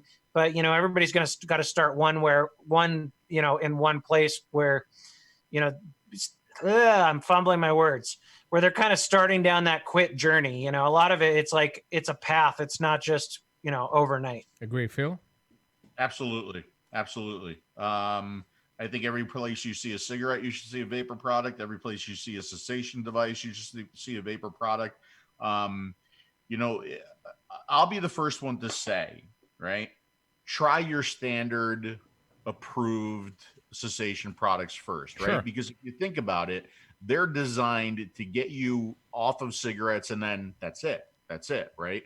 So, you know, one of the potential negatives about vaping is that it doesn't get you off of cigarettes, it replaces, right? And then you wind up continuing vaping, right? So try your standard cessation products first. Hopefully they work out for you. But if if nothing else has worked for you, give vaping a shot, right? Because it's pleasurable, it's enjoyable. It takes the place of that cigarette. It gives you your nicotine in a much safer and healthier way. But yeah, I totally think that every place you see a cigarette, every place you see a cessation device, you should see a vapor product. I think it goes down to the choice of the consumer. If you enjoy nicotine, you should have all the variety options of how you want to consume nicotine. I don't bash smokers. I mean, I want them to quit for their own health, and that's just my mission, if you want to call it, since I entered the vaping world 10 years ago. But that's just me. If you want to quit, I will help you with vaping. But always here on the show, we have said, you know, the best thing is not to do anything. And then if you're going to try the available NRT methods and you fail, then give vaping a option. But if you're a smoker, you don't want to quit, you enjoy smoking, you know, who am I to tell you what to do? You know, that's not my job. And it's definitely not the government's job. And I think this is the key that everybody should be thinking about, is that all these options should be available together, and then let the consumer make a choice. And, you know, on a whim, he might pick up a vapor product like Matt said, or on a whim, he might pick up, you know, a patch or a gum, and that's going to help him quit smoking. It's all about getting away from combustibles. Yeah. Something I hate is when people shame a vapor saying that they didn't quit or they quit the easy way. I mean, bottom line is that the zero sum, all or nothing game when it comes to any kind of addiction doesn't always work. And so you have these people that feel like they either have to quit or die, whether it be with opioids or some, you know, or nicotine or with other drugs. And it's just not possible. I mean, even if you look at like the opioid epidemic, you know, the response was, look, we have all these people hooked on opioids because the doctors are overprescribing. Let's crack down on that. Well, then all those opioid addicts just went to the streets and got heroin and fentanyl and are now dying. Yeah. So obviously, you know, giving them the all or nothing didn't work. And then they just went and bought unsafe stuff that killed them. So it drives me nuts just the way we as a society, even vapors do this. And I've done this before, where we look at other substances and we're like, ban that or ban this. Like, it's just not always possible for people to be completely drug-free, bottom line. But there's also people that can go from being a diehard opioid addict to taking some safer opioids or being on some kind of, protocol with a doctor or some kind of harm reduction clinic. And they can go back to living their lives and be productive people in society, but always be on opioids. Yeah. And vapor products at these stores should be good, but they shouldn't be the products that the vape shop sells. And I think that, again, was another mistake that we did. Yeah. Leave a few, pods, people to try out vapor, and then give them the opportunity to say, well, this is kind of good. Maybe I'll go to a professional, because that's what I consider vape shops to be, the professional support group, and that they know more about vaping. And let me find some more choices and customize my experience. You can't customize your experience at a C-store or a gas station or a drugstore. So by separating the two, now we can tell the government, look, whatever they sell over there, that's not what we sell. We want people to come in to try vaping, to quit smoking, and this is the products that we sell. And I think making that distinction is very, very important as well, too. 760, you're on the air with Phil, Dimmy, and Matt. Hi, guys. Thanks for having me on. Thanks. My name's JC. We just beat a flavor ban here in Toledo, Ohio, and Congratulations. I'd like to give a few insights, I think, on what helped us. Yeah, go ahead. From the press conference. Oh, go ahead. No, go ahead. And by the way, thanks to the Ohio Vapor Trading Association there and everybody involved in that effort. You guys are real winners over there. Go ahead. We appreciate that. From the press conference, when the councilman announced the ban, we were there. We put our suits on. We showed up. We were the only two guys there with all the media. There was 3 meetings beyond that. We put our suits on. We created an information packet that described that there's 2 different vapor industries. There's the pod systems in the gas stations, and there's the open market and vape shops. We informed them of the unintended consequences of a vape ban, the black market. That piqued them. But the most crucial meeting we had was we met with the president of the teachers union for Toledo. When we met with him, he basically said, F you guys, you're the bad guys. After we talked to him, we explained to him about, your youth problem is a jewel problem. And he said, well, yeah, that's what all these kids have. And we told him flavor bans put us out of business. He didn't want us to go out of business. After the meeting, he said, man, you guys are just Toledoans like me, trying to help people out. And we changed his attitude. He went on then to write a letter to the city council in support of vape shops and taking flavored systems out of gas stations and convenience stores. Mm-hmm. So last week, we met with the policy writer, the councilman, and the health department. The health department wasn't all that excited to be in the meeting with us, but she was there. And so we sat there and we actually drafted the ordinance with the policy writer, the congressman, and the health department, which was an amazing thing to do. And so essentially, vape shops are still alive in Toledo.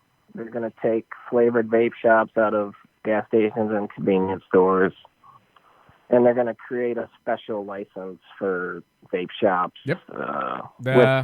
James reached out for me for my licensure bill, and I gave it to him a couple of days ago, and he took it today to a senator to get him to sponsor it, and he really liked it as well too. I think this is a great thing that every state should be doing. We need to license these vape shops ASAP, make them adult-only facilities, and this is a way of us kind of separating ourselves from the opposition. We definitely have to do this, and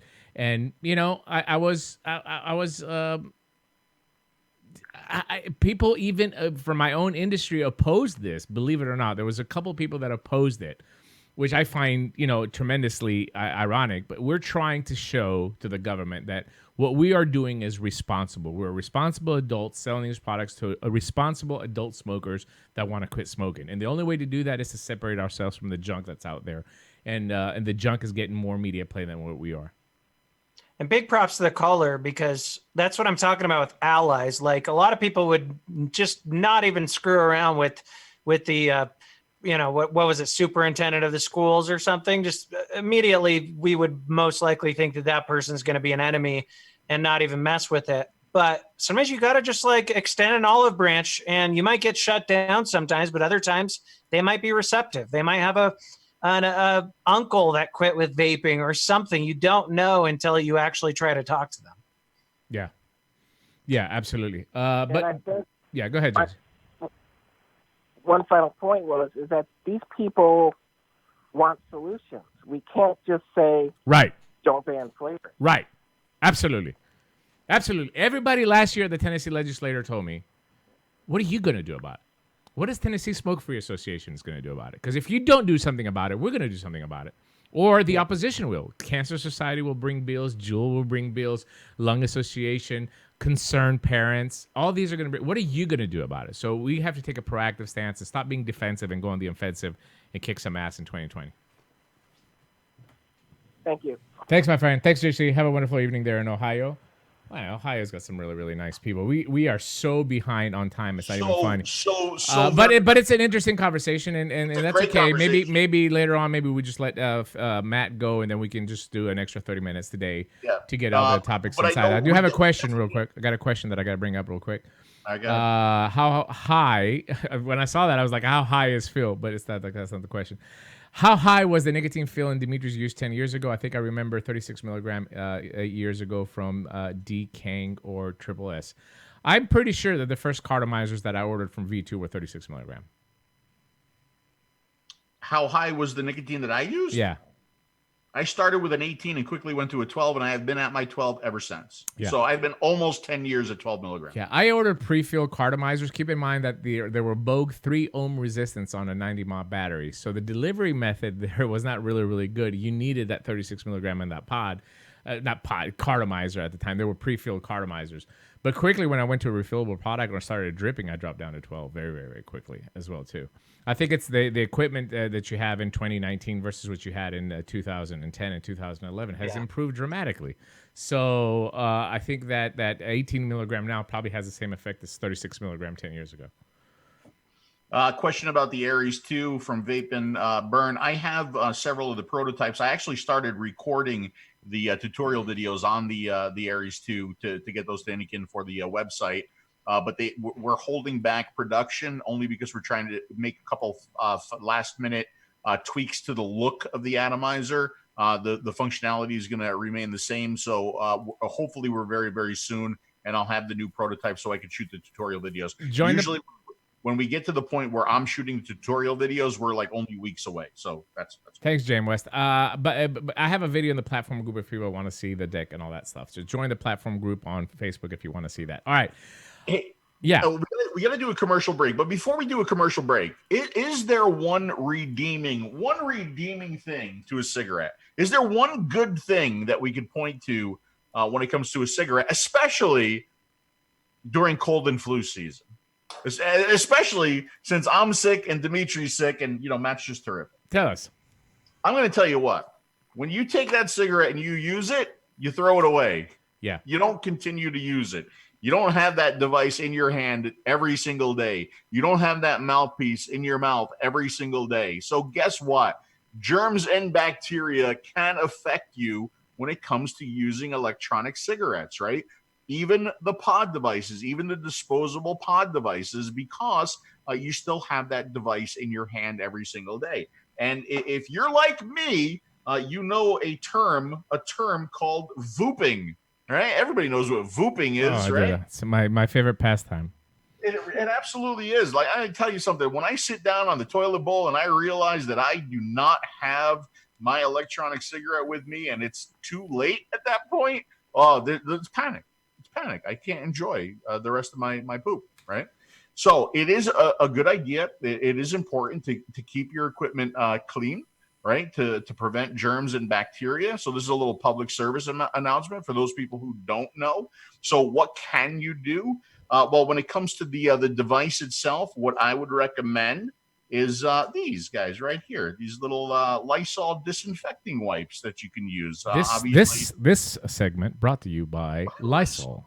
Yeah, see, we are. By the way, ladies and gentlemen, we are not getting paid by Lysol. I wished we were. Yeah. Okay.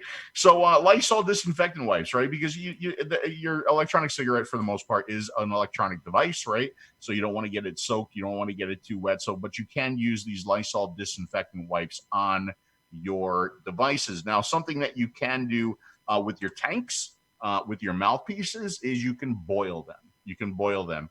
And how long would you boil them for? About 20 minutes. 20 minutes usually is a good recommendation for killing germs and bacteria on your tanks, on your mouthpieces. So a good rule of thumb, maybe if you are getting sick, if you get a cold a lot, this is something that you can certainly try.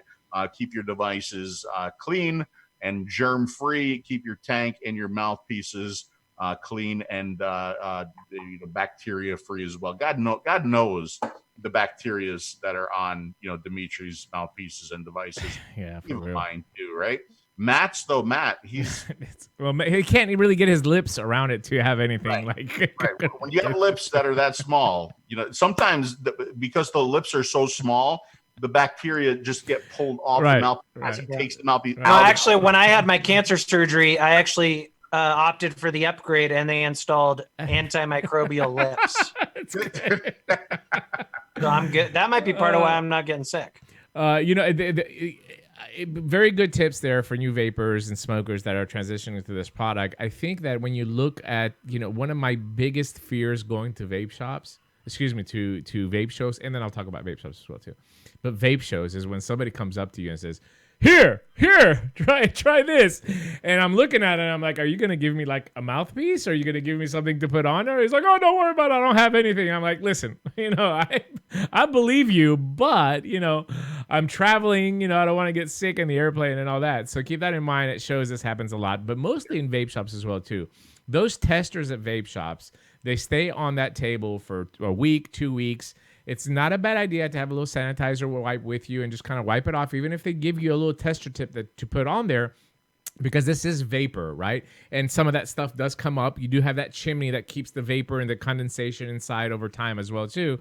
So it's really a good idea, even when you go to test that liquid to vape, to take some little precautions as well too. Yeah, and like people are freaking out. They're like, don't boil your O-rings. I don't know. I've boiled O-rings. Yeah, nothing wrong. Nothing happened to it. That's fine. Let's see what else.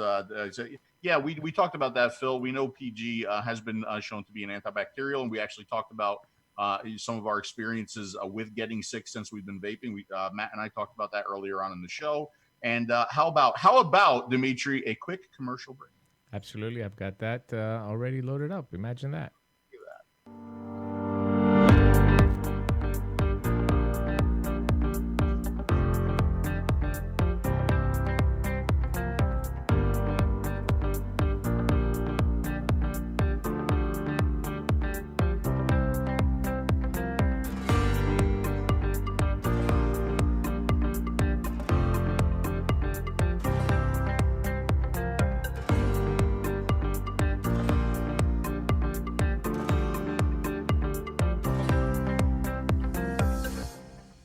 Another mouth to lung kit. Imagine that. Boy, we've set a trend. Fantastic. Good starter kits, again, available for smokers that are transitioning. Much more satisfying than some of the available products on the market. And by the way, I will say this, that the only tip I use on a general basis that's not mine is Phil's, because we exchange tips all the time. We do. We do share tips. We do. Maybe we shouldn't, but we do. All right. So listen, we have to get to 2 product unboxings, right? But I also want to talk real quick because I didn't get a chance to talk about it. I want to talk about my theory when it comes to and I want to get your opinion, especially you, Ďmitri. Of course, yours, Matt, as well.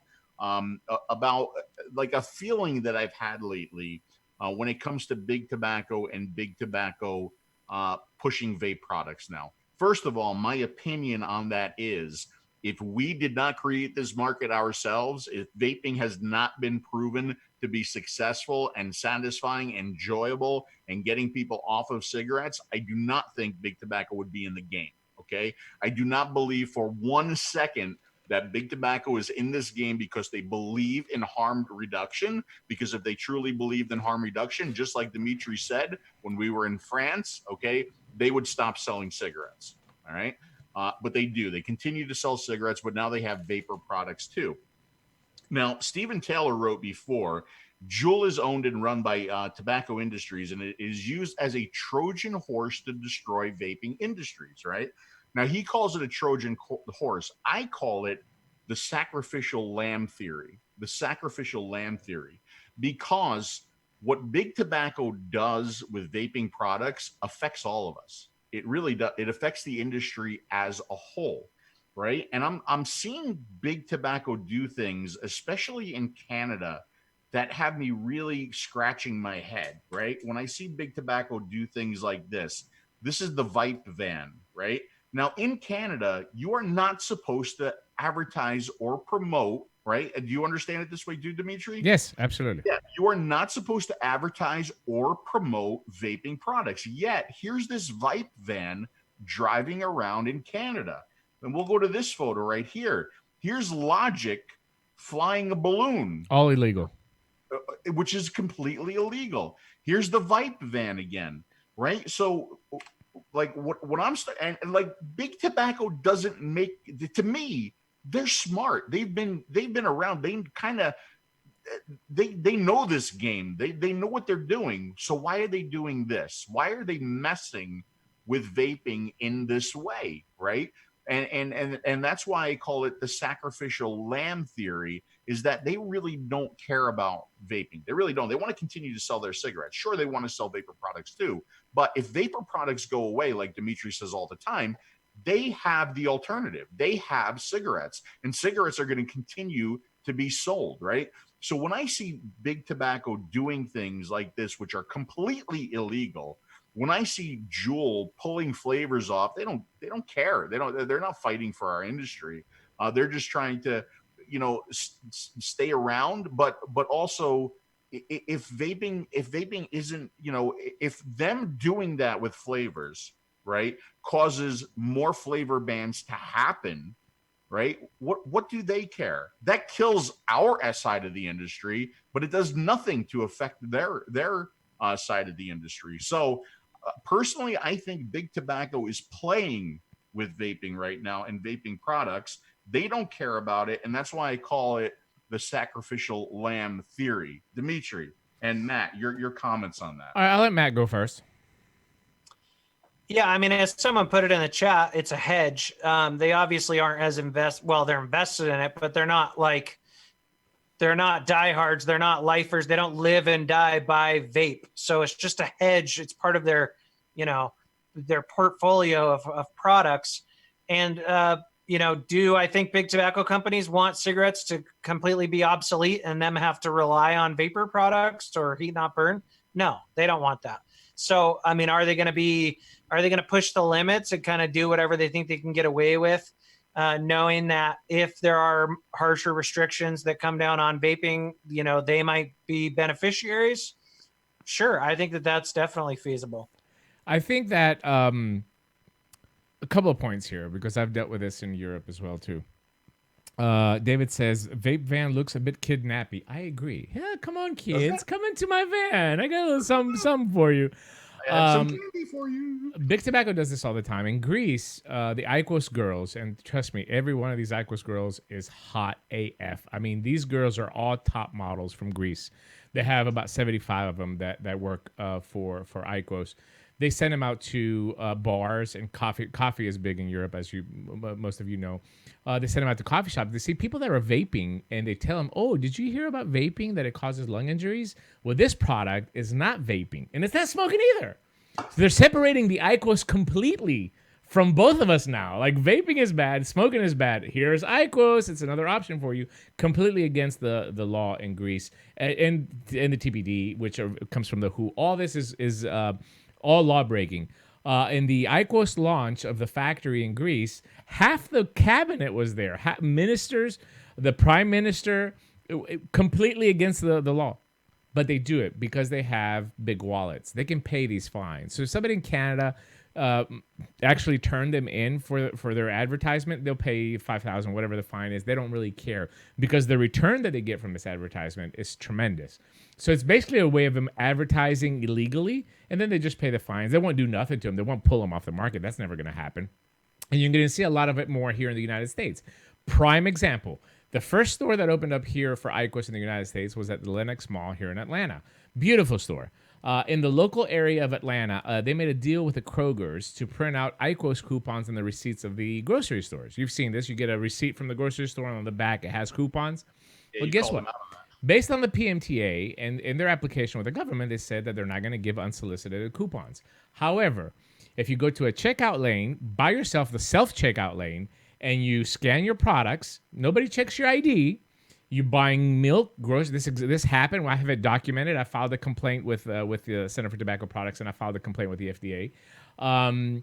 This guy bought milk, Kleenex, and bread. I don't know. It was a weird combination of products, I must admit. But this is what he bought. These 3 products. Nobody checked his ID. Boom. Here comes the 𝗍𝗧 coupon out of the machine. Unsolicited coupon. That could have been given to a 12-year-old or a 15-year-old or a 17-year-old that was going through the checkout line as well, too. They do this all the time. But ultimately, guys, the best example that I can give you why big tobacco is wanting this industry to be ruined, if they really believe in harm reduction. Right now in America, our products are under attack. There's huge misinformation, huge campaign against vaping, basically filled with lies. Okay? Listen to what I'm going to tell you closely. Big tobacco has money to combat this. Big tobacco could get out there in front of mainstream media using backdoor ways they know, create a nonprofit, do something, and spend millions to get out there and combat this 𝗧𝗵𝗲 and all this bullshit from the CDC. But they're not. They're completely quiet.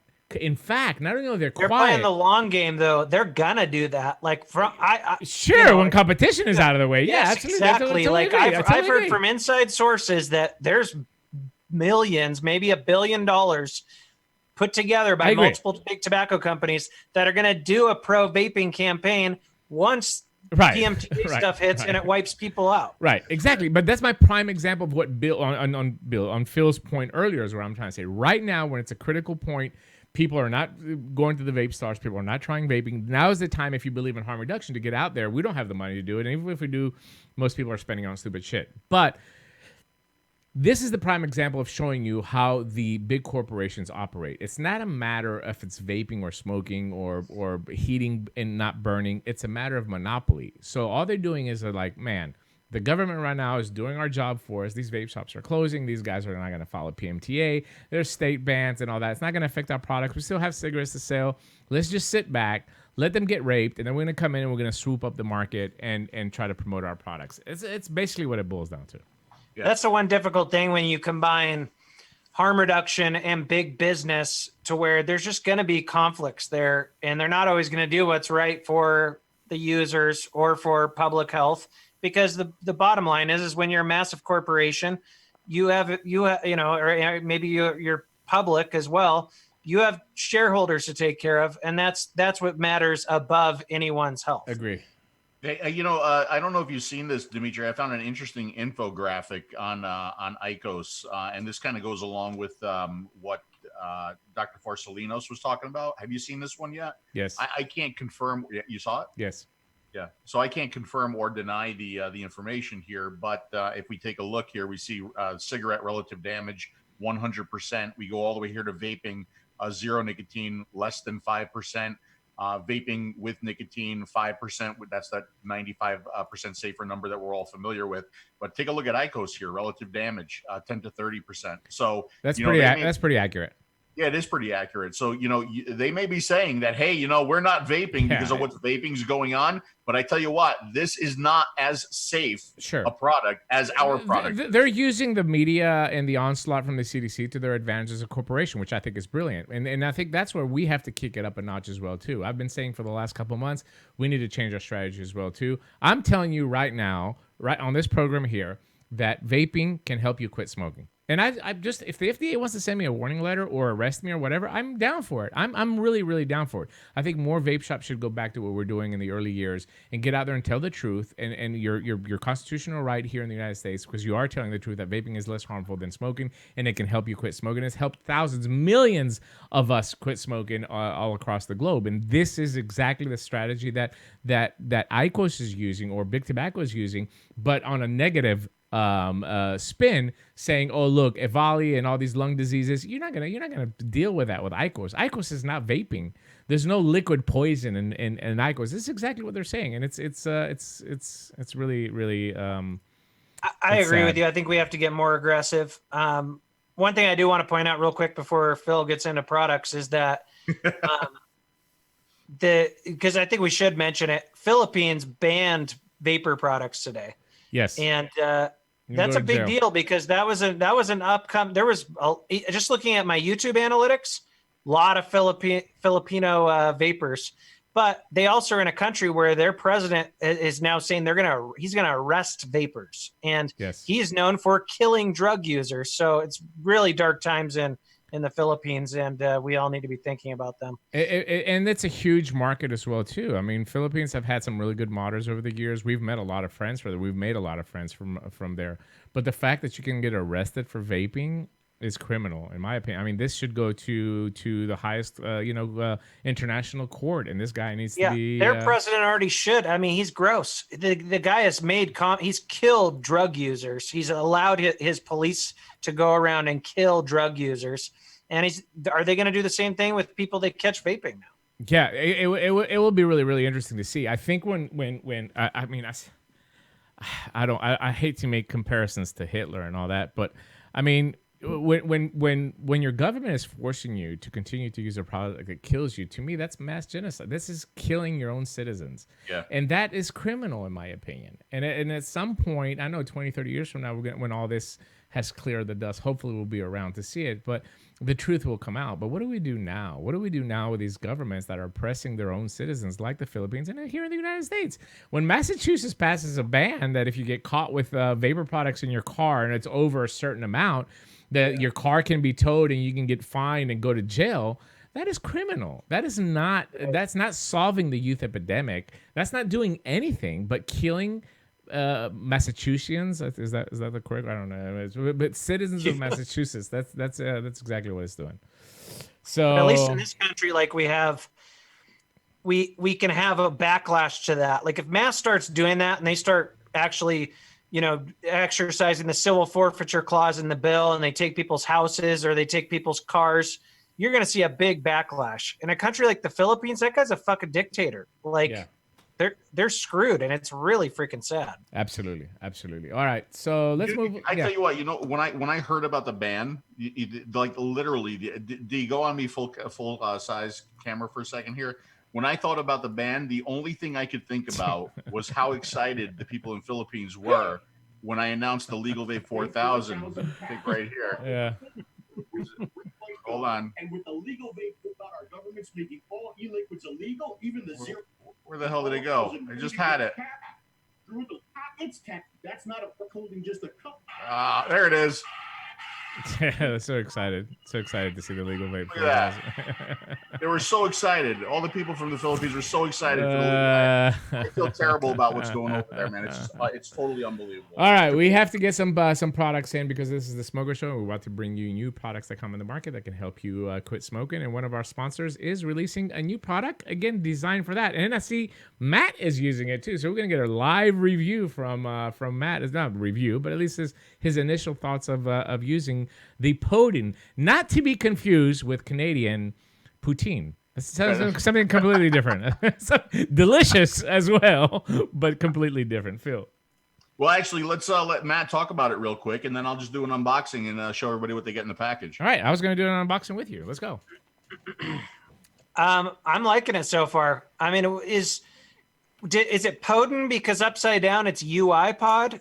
Like, I don't know. I don't really know. I'm sorry. I don't have the answer to that. But I will tell you that, as you know, as somebody that designs products yourself in China, it's very, very difficult to get names anymore because everything's been used. Everything. I had a brilliant idea of calling an atomizer Coliseum, and somebody's probably going to steal it. But I think that was a brilliant idea. We said it in the video, the Coliseum atom. For somebody that does a sub-ohm, there you go. You can have it, Matt. Just give me 10%. But yeah, I mean, it's definitely like a really nice looking device. It's a little different from other Innokin devices. Yes. It's sleek, it's classy, it feels good. It's kind of got that rubbery grip to it. Mm-hmm. And I like the draw off of it. Very flavorful as well. Yeah, I think that the draw was designed. It does have an airflow setting. It's not very, very adjustable, but it's definitely designed for a mouth to lung draw. And to me, and Phil, I think the threshold for any kind of system like that, I'm not talking about very, very tiny pod, but I'm talking about a smaller device, is if it vaporizes 12 milligram efficiently. I think that's our standard line, right? I love that. What am I trying to say? Is that I think a smaller device is great as long as it satisfies me at 12 milligram. That's like the one requirement of a device that I have. It's the first thing I do. I put 12 milligram in, I take a hit. I'm like, nope, I'm not going to use that. I'm probably not going to review it. Or if I do, I'm going to have to say that you're going to need 18, in there at least to be satisfied. But I love getting a smaller device and being surprised that it's completely satisfying at 12 milligrams. Every time that me and Phil fly, Matt, you'll see us. We're only using one device. Every time that we fly. The Innokin EQ with the 3 variable settings. For us, 12 milligram inside there is banging, 50-50. Yeah. I use 60% PG, so I don't get a lot of vapor as well, too. But the Innokin EQ, for me, is what it is. What the Innokin EQ, that's the product that I use when I'm traveling. Small, stealthy, satisfying. Yeah, I love that thing. And I want to see if this will maybe replace it. So, but I'm using it on the green setting, and I get the perfect amount of warmth. I'm not sure what's green. Do you know? Green is 8 watts, and red is 9 watts. But it seems warmer than 8 watts. That might be because your mouth is fairly close to the coil, the way those pods and it's a little bit higher resistance as well too. I mean, the coil resistance is a little bit higher. But let's do a quick unboxing while I'm filling mine. And by the way, newsflash, you might have heard it first here. I'm trying out some new liquid that maybe be a little collaboration going. Unfortunately, not in the United States, not for now at least. But yeah, I'm trying a new 50-50 menthol citrus. Go ahead, Phil. Yeah, and it's interesting that you should mention the collaboration, as Matt sits here on the show. Yeah, because Matt might be collaborating. It might be. I might be trying a bottle here as well. It might be a third wheel bromance situation going on. Third wheel bromance. All right, guys, here it is. Here's the box that the new Innokin Podin comes in. Let's open it up and see what we get. We get the instruction manual here. Here's the device itself. There it is. This is the black and white version. I tell you what, too, I like the looks of these, man. Yeah, I think they did a killer job with the looks. This is the blue and white, which just so happens to match my boat like perfectly. Here's the black and white. Really, really nice looking little piece, man. Nice and solid, too. Here's the pod that comes with it. This is a refillable pod if you want to call it a tank, because it is refillable. You can certainly call it that. So we got a nice, pretty big fill port. I haven't had any issues filling this one at all. Unlike I know their IO, you do have some issues filling that one. You got the little coil down here at the bottom that can be replaced. I know that's over the logo right now, but you can see that. There's the little coil, so I'll go ahead and just pop that back into place. And it's like a little twist system that they use there. To twist it, comes out, put it back in, twist it, and it locks in place. So there's the pod. I'm pretty sure it's a 2 mil pod. Underneath here, you are going to get a spare coil. There's the spare coil. You're going to get a, this is interesting, okay? And we'll talk about this because I've heard a lot of people like bash them for this, but I think it's a really good idea, and I'll explain why. So anyway, what is this? This is a Joule adapter. Oh boy. Okay, so we'll talk about that in a minute. Here's their usual safety and warning guide. And I tell you what. Amazing. That's my favorite part. I wished, people have asked me, Phil, was this your idea? I wished that I could claim, take credit for this idea. On their new lanyards, not only this one, but with the MVP5 too, because people were complaining. They were opening their boxes. They're like, how come Innokin isn't supplying a charge cable anymore? The lanyard, guys, is the charge cable. This is such a cool idea, right? Look at that. There's the USB cable right there. There's the little micro USB side right there for the device. There's the side you plug into your USB power source, and it just goes together, and it becomes your lanyard. My compliments to whoever at Innokin. I have a feeling it's Paul, because Paul, he was really into like all this kind of stuff and different USB cables and stuff like that. I have a feeling that this is Paul, but I don't know. But can I give a little tip here real quick, Phil? The Innokin MVP5 has the same lanyard. It's a shorter one for the wrist, but it has a USB-C, which for me, I put it on my keys because I use a USB-C phone as well too, so I can charge my phone with that little lanyard thing. So it's just a fantastic idea. By the way, a curious question: did you know if is it capable of fast charging? Those are technical questions. That's not from me. You need to test it out. Well, if you plug it into your phone, does it say your phone is fast charging? I'm just curious. Anyway, I think it does because the MVP is 2 amp. Yeah. Yeah, you're right. Good point. But that's also USB. Well, yeah. Good point. So anyway, that's the little guy here. It's got the fire button right there. And by the way, it isn't automatic too. So if you start your draw, it's going to activate, or you can push the fire button if you're used to pushing fire buttons. If you turn it off, 1, 2, 3 with 3 clicks, you see the lights go down. That's also your battery indicator. Click and hold. It's going to cycle between the low and the high. Pink is high, green is low. And then to release your pod, there's a little button over here on the other side. You can see that right there. Just push that button and pull your pod out and fill it up and put it back in. So it's slick. It's a slick little piece. I think they did a really good job with this. I wish my name was on that one. I wish this was a platform product. For real. And to be fair, for everybody that's listening, we are trying to make a smaller Z-coil adapter. I mean, a Z-coil device. It's just difficult because the Z-coil has threads on the bottom. So, but we are playing around with a couple of designs. So, but yeah, the Podin. So it's time to. Did you put liquid in it?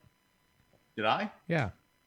Well, I've got the one I've been using. Oh, I've been okay. using the whole show, yeah. All right. And by the way, 800 milliamp hour battery. Fantastic. All right, let's get on to the big shot here. I've got mine filled up with 12 milligram. Oh shit. Menthol citrus. I almost dropped it. 12 menthol citrus, and I have it hanging by my neck here with a little lanyard. I'm gonna turn it on. 1, 2, 3. Yard. And I'm gonna leave it on the green setting for now, and then we'll go from there. I don't know. Do you guys on devices that have dual activation, meaning button and auto draw? What do you guys do? I usually do button because it seems to ramp up faster than the auto draw. Phil? It's really interesting. I think, first of all, it depends on how sensitive the auto draw switch is, right? Yeah. So if it requires any work on my effort, any additional draw, I tend to not use it. I really like the sensitivity of the auto draw switch on this, but like Matt said, I think I'm just a creature of habit. I wind up pushing the button. And what I wind up doing, because I'm trying to think about things as I use them, I wind up pushing the button as it's on the way to my mouth, right? Yeah. So like Matt says, it's almost like I'm preheating it before I start using it, right? I've always done that as well, and that might be part of it. The auto draw is good on this, but I'm so used to just pressing that, half second before you start puffing it, and it warms it up. I always feel like the auto draw is not going to give me what I'm looking for.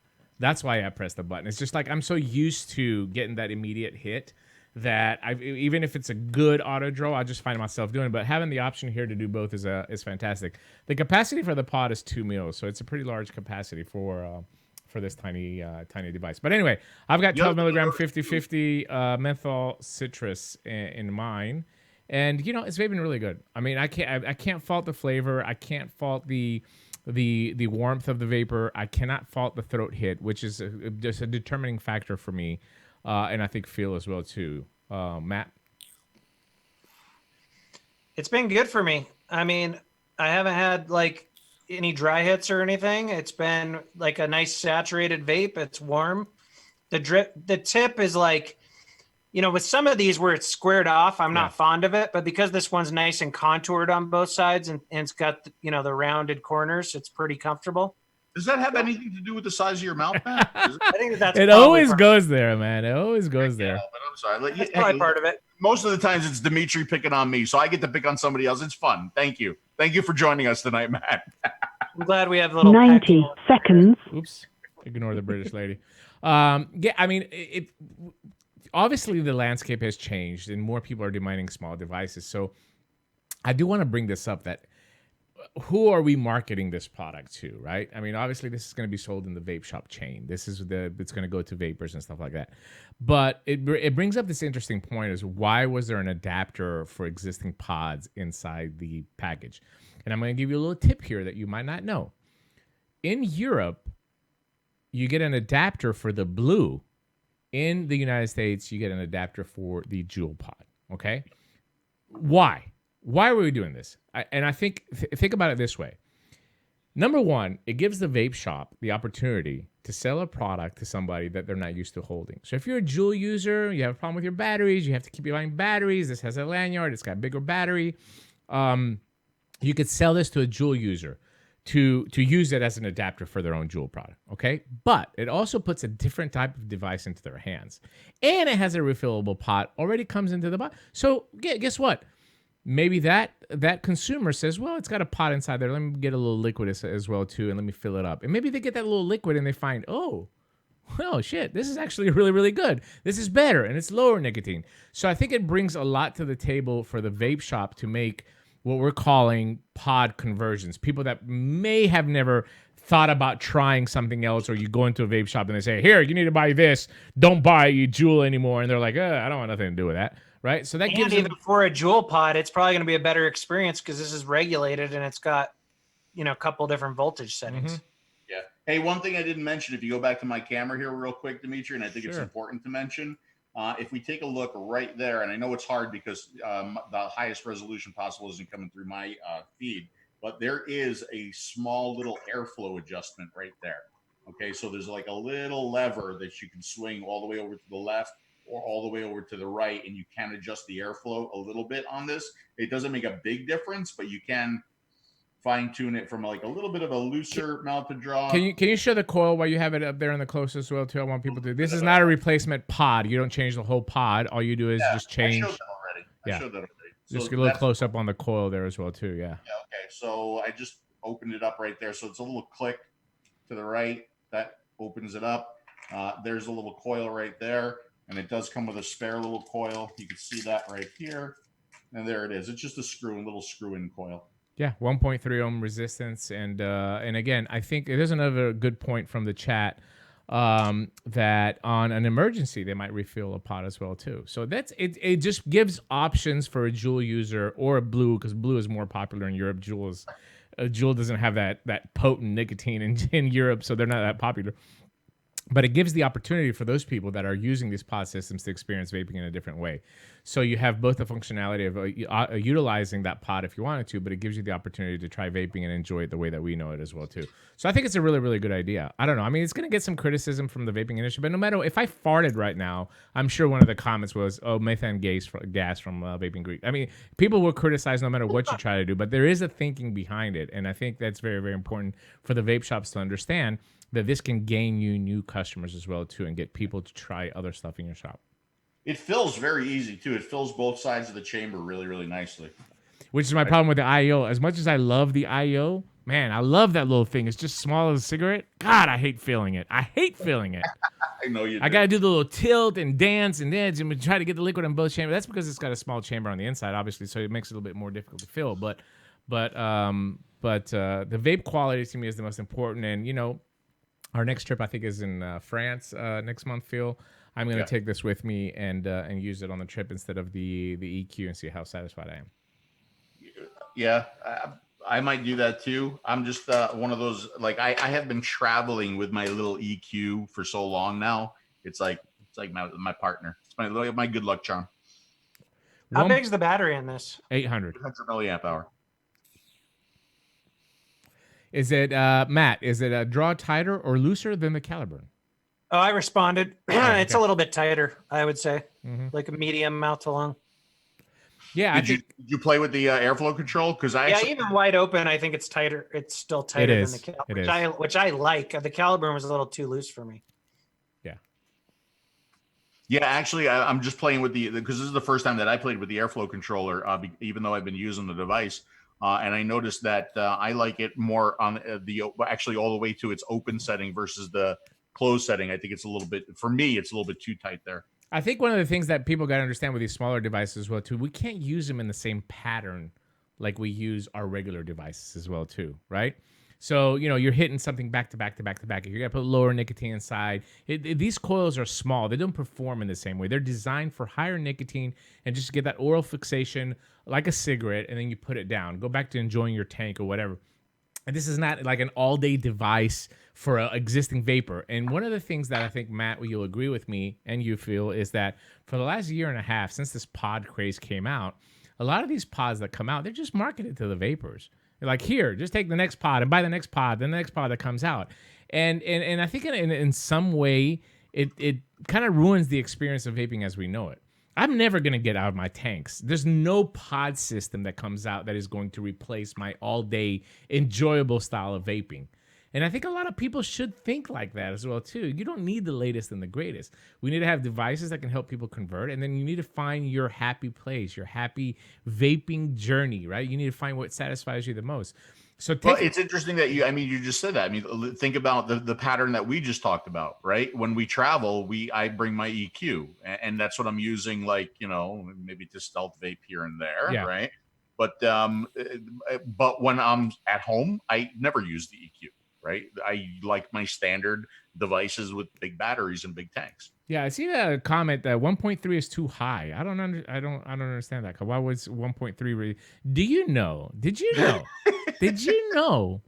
that in 2013, the famous Cisco from avidvapor.com invented the low resistance atomizer, and the low resistance atomizer was a whopping 1.5 ohms, and we were like, "What? Right? That's crazy." So I think that the resistance needs to match one of the faults that a lot of the pod systems have is they don't match the resistance. Something that me and Phil have taught a lot of the Chinese over the last 2-3 years. Too much of Phil's dismay because I always trying to make it to improve the products. But in a lot of the pod systems that we see, they make two crucial mistakes. Number one, they never match the resistance of the coil to the output power of the battery. It's very mismatched. We've seen this with smoke. We've seen this with other products on the market as well too. And the second mistake is that they create the device and the pod and the resistance, and then they take liquid for pre-filled pods and they fill it up. You can't do that. You have to design a device that's pre-filled around the liquid that you're creating. So the liquid that you put in there has to match the output of heat that the atomizer is creating. Right. And we've seen that multiple times with a lot of pre-filled pod systems that are simply not satisfying. And that just boils down to those two principal elements, in my opinion. Also, I think people sometimes get a little bit hung up on resistances, right? Yeah. I was just going to say that. Right. I mean, for me, put a blindfold on me. Don't tell me what the resistance is. And do I like the vape? I don't give a fuck what the resistance is, right? Is the vape... It really comes down to like warmth for me. Is it warm enough? Is it warm enough, right? Do I get enough throat hit? Get enough throat hit? Is the draw satisfying? How's the flavor? Those are the things that I care about. Like, the resistance doesn't even cross my mind when it comes to what I'm using. It's all about, am I being satisfied by this device? I don't care what the resistance is, right? Yeah, I agree. I mean, because like you said, it depends on how the device fires it off. I've tried some pod systems where they had a 1 ohm or lower coil, but it still seemed underpowered, maybe had a little too much airflow, and it wasn't satisfying enough. And then there's some where a higher ohm coil does just fine in it. And a lot of it has to do with the draw, the amount of wattage or voltage it's putting out, so on and so forth. Yeah, and at the end of the day, it's like when I build my Aries, right? I've been testing the prototype for 3 months now, and when I build, I know I like it like a little under 1 ohm. Do I sit there and like literally try? I just do 6-7 wraps on there with 26 gauge, and if it hits 0.89 or if it hits 1 ohm, I adjust my wattage a little bit up and down to get me to that heat level that I want. I don't put any thought in the resistance. Right. I know a 2.5 millimeter rod, and I'm building 7 wraps is going to get me around where I like it. And it's interesting because for years now, in the builds, I don't do a lot of reviews anymore, but when I did do the reviews, I never talked about resistance, right? What I did was, though, I always said I fit the coil to the atomizer. I build a ridiculously long coil because wire is cheap, right? And then I'm like, does it fit? No. I pull out wraps. Does it fit? No. I pull out another couple. Does it fit? Yes, it does. Oh, good, right? And my resistance always winds up coming close to the same. And then I just adjust accordingly. There's so many more important things to worry about: the size of the chamber, the diameter of the chimney, the shape of the bell, the quality of the vape. Those are the things that I'm really, really concerned about, right? Not so much resistance, really. And here's a little smoker show tip for you. Listen, there's a wide variety of liquid on the market, right? And it's very, very confusing when you're a smoker. Sometimes you'll try something at the store that's in one setup, you take it home, and it tastes different in the setup that you bought. This happens all the time. Also, there's different types of the same liquid, meaning salt nicotine is not all the same, right? There's different formulations that are being used, different acids that are being used to make salt. So it could affect your coil, and it can affect the performance of your device a lot differently as well, too. So if you're going to buy liquids, do a little bit of research on what those liquids are and how well they're going to work with your device or the device that you're going to be using, and then test that out. Test it out, because sometimes I don't want you to be turned off from vaping simply because you had a wrong mismatch, what we call, right? Somebody gave you the wrong liquid with the right device, or vice versa, and everything that goes in between. So do a little testing if you're a smoker. Find what satisfies you. And if you get a bad experience the first time, don't give up. Go back to the store and say, hey, you know, this is not tasting good. This is not lasting as long. I don't like the throat hit. I don't like the flavor. And try to find a liquid. Hopefully the vape shop that you're going to will cater to all, you know, things that you might be looking for. And they'll match you up with something different. So that's your little smoker show tip for this week. Lovely tip, Ďimitri. I love when you insert your tips. Thank you so much. I appreciate it. Hey, listen, we got two more very important things that we got to get to in this show. I have an idea. We have a new vape watch. Do you want to hold it off for the next show, because we're at 11:10 right now? Well, how about you show it real quick, and then we talk about it more on the next show? How about that? Before I do that, I want to get Matt's. You know, I've heard about vape watches. You know, when Soren, I think Soren was the first to release. Who was the first one to release that vape watch, Matt? The first one that there was probably some before it, but the first one that I got was the 𝗀𝗻𝗄. The 𝗀𝗻𝗄, yes. Amulet. So I want to get your thoughts. A lot of people say it's catering to children, and it's catering to this, and it's catering to that. What are your thoughts on that? I mean, even with the 𝗀𝗻𝗄 product that I saw, I just can't see. I mean, in today's market where kids just love technology and all that, I just can't see that they're going to wear a watch that just basically tells you the time on there. But that's just me. But do you think that it is a child attractive product?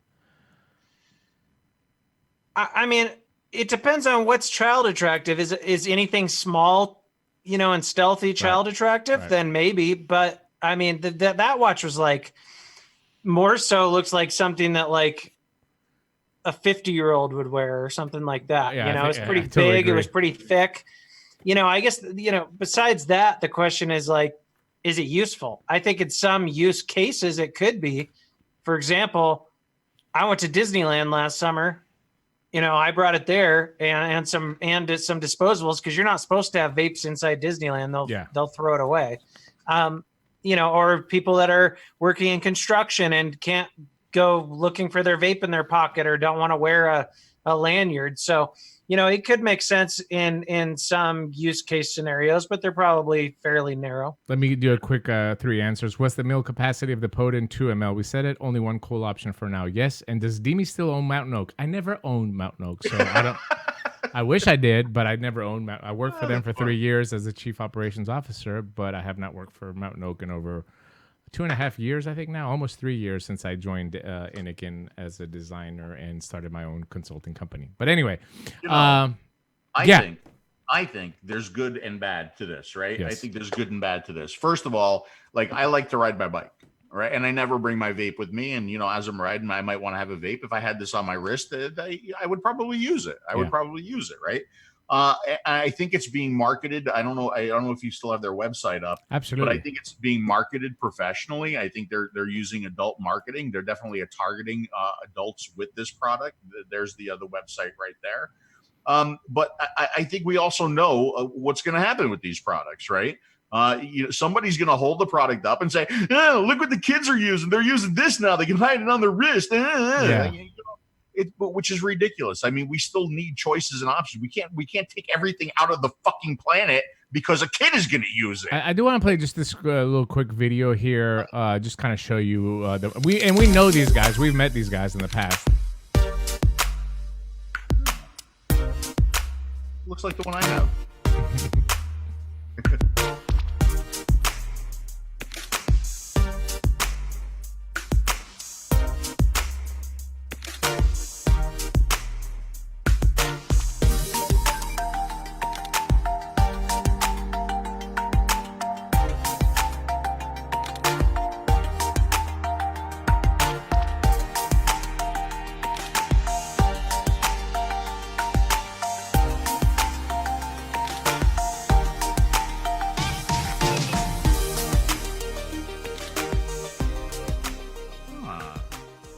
I think if you look at the marketing that these guys are doing, it definitely does not scream out child marketing. But most importantly, since I personally have talked to these guys, I can tell you that they really care about getting people off cigarettes. Now, there's one difference here with this one. This one's pre-filled pods.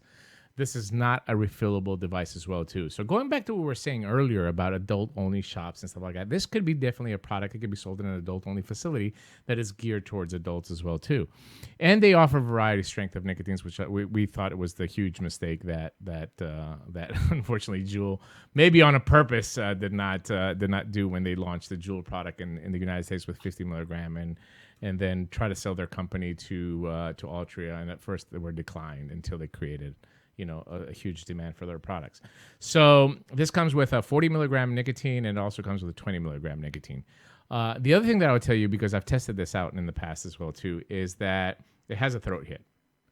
It has a throat hit, which is something, again, different than with the Juul pods that we're seeing out there as well too, which we believe are very, I mean, I don't know if you agree with us, Matt. I keep hearing about this smoothness. I think the smoothness is a factor where kids will pick up something if they don't have any discomfort with it, right? A smoker needs that throat discomfort, in my opinion, because this is what they're getting. They're getting burning tobacco inhaled into their throat. And I think that the throat here is very, very important. Yeah, I agree. I mean, I've always not really enjoyed the Juul. Like Vanessa liked it, but it's always too smooth for me. I didn't get enough of that sensation. But yeah, definitely probably easier for a non-smoker, never vapor to pick up and start puffing away on. And these are there's a 4-pack of pre-filled pods that comes into the case. Of course, guess what flavor I am going to be vaping? Menthol. Yes, way cool menthol.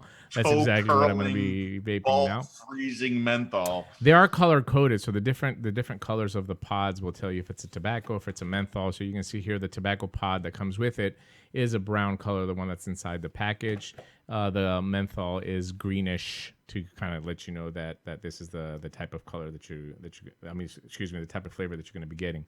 And this is the pre-filled pod. Let me just switch to my main camera so everybody can see this. And we'll go into this a little bit more deep on the next show. And we also have a couple to give away too, as well, too, if you want to help somebody quit smoking.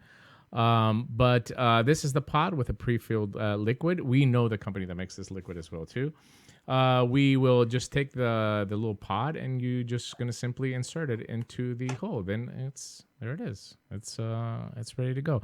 The good thing about this is that you can vape it separately, meaning you can just take it off the device and just vape it like that, or you can just put it on the watch if you want to demonstrate that feel. That would be great. By the time I get this thing, demonstrate that. You have your. Oh, you don't have it. Oh, I thought you had yours set up. It does have a turn off function, and it also has a set time. This is all you're going to get with this is just time and date. This is one of the reasons why I believe that children would have absolutely no desire to use it. Unless they can get to their Snapchat, you're not going to be able to use it. But there's a little time and set. My father, he doesn't want any functions. Time set, and then the time, it just kind of rotates, and you can adjust the time, and you can adjust the tape. And it has this strap that comes with it. It comes in white and black, the two colors that are available now. And I think that they're going to have like more straps on the market as well too. But it does have these two little notches on the bottom of the device, and they match up these two lines that are in the watch itself. And then when you position it inside, it just kind of grasps it and then just holds it in place. But you can slide this over, especially if you have you seen Phil's hands, Matt? If you have small lips, he has huge hands and huge wrists. So if you I got big hands as well. So if you want to move it out a little bit in order to reach, your while you're vaping it on your wrist, you can, or you can just leave it in the same position if you have smaller hands like me, if you have petite hands like me. But anyway, yeah, this is the vapwear, right? The Vapor Watch. It's been a project that's taken a very, very long time to come to the market, but here it is, the V Watch from Vaporwear.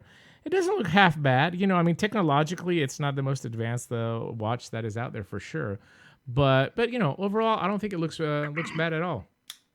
Yeah, but you're not known for style either, though. It looks thinner than the. It's definitely smaller. It's definitely smaller. And with that one, you can vape it in place. You couldn't do that with the UO one. Correct. You had to take the other one off. So you can just vape it like that.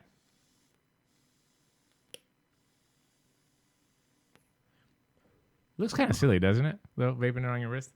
Yeah. but it works. I'm really like selling it now as as vaping it on my wrist.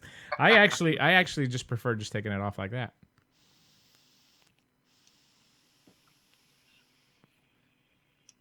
Yeah, I'm really surprised that it has a throat hit. This is a mixture of salt nicotine and regular nicotine as well, too, Matt. So, Matt, it's not just straight up salt nicotine, and I think that throat hit is something that adults do desire, especially transitioning. That's probably why I like the pods. It's Yeah, yeah, absolutely. If it's not satisfying, I'm not going to use it. So they Plain and mix the simple. two, huh? Yeah. Interesting.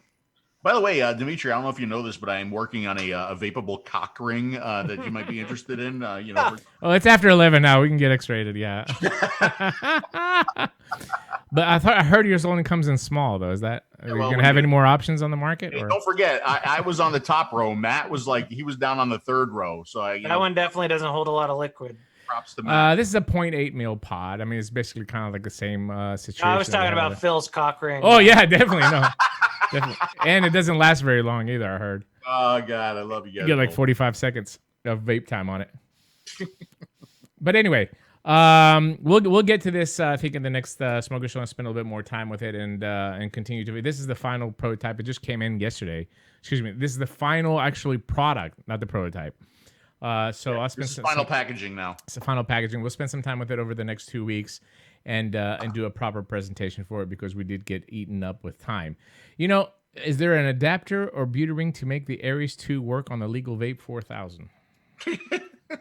There's no adapter for anything to work on the legal Vape 4000. Just That's just a rig. Just that giant Do not big tank. trust Hey, Phil if he tells you to try the vape while he has the watch device strapped on lower down. It's a trick. Yeah, I know it's a little tricky. I did get a question about your upcoming projects, Matt. So while we have an opportunity, why don't you tell us a little bit about that? I'm working on a, like I said earlier, an MTL RTA, but then also a larger dual battery mod that's been in the works for like almost 2 years.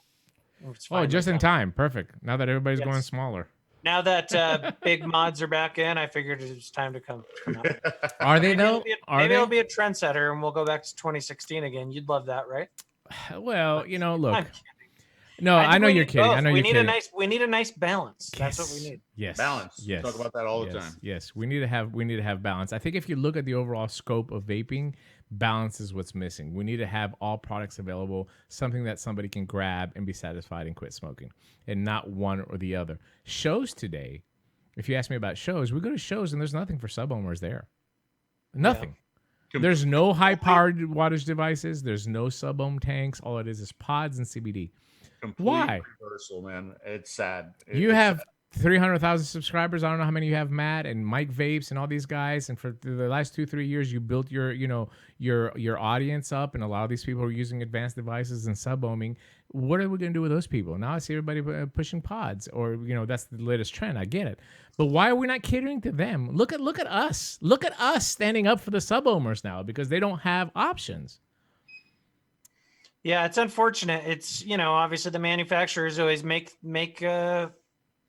follow the trends basically. I mean, I didn't like in the UK you still see a little more of it, and that might have to do with their lower nicotine. The salt nic obviously didn't get popular there because of the nicotine cap.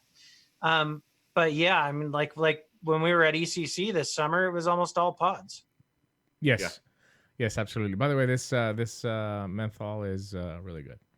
It's DME approved. The menthol. I'm a menthol specialist. All right, Aries 2. If you want to see the Aries 2, go to the platform group on Facebook.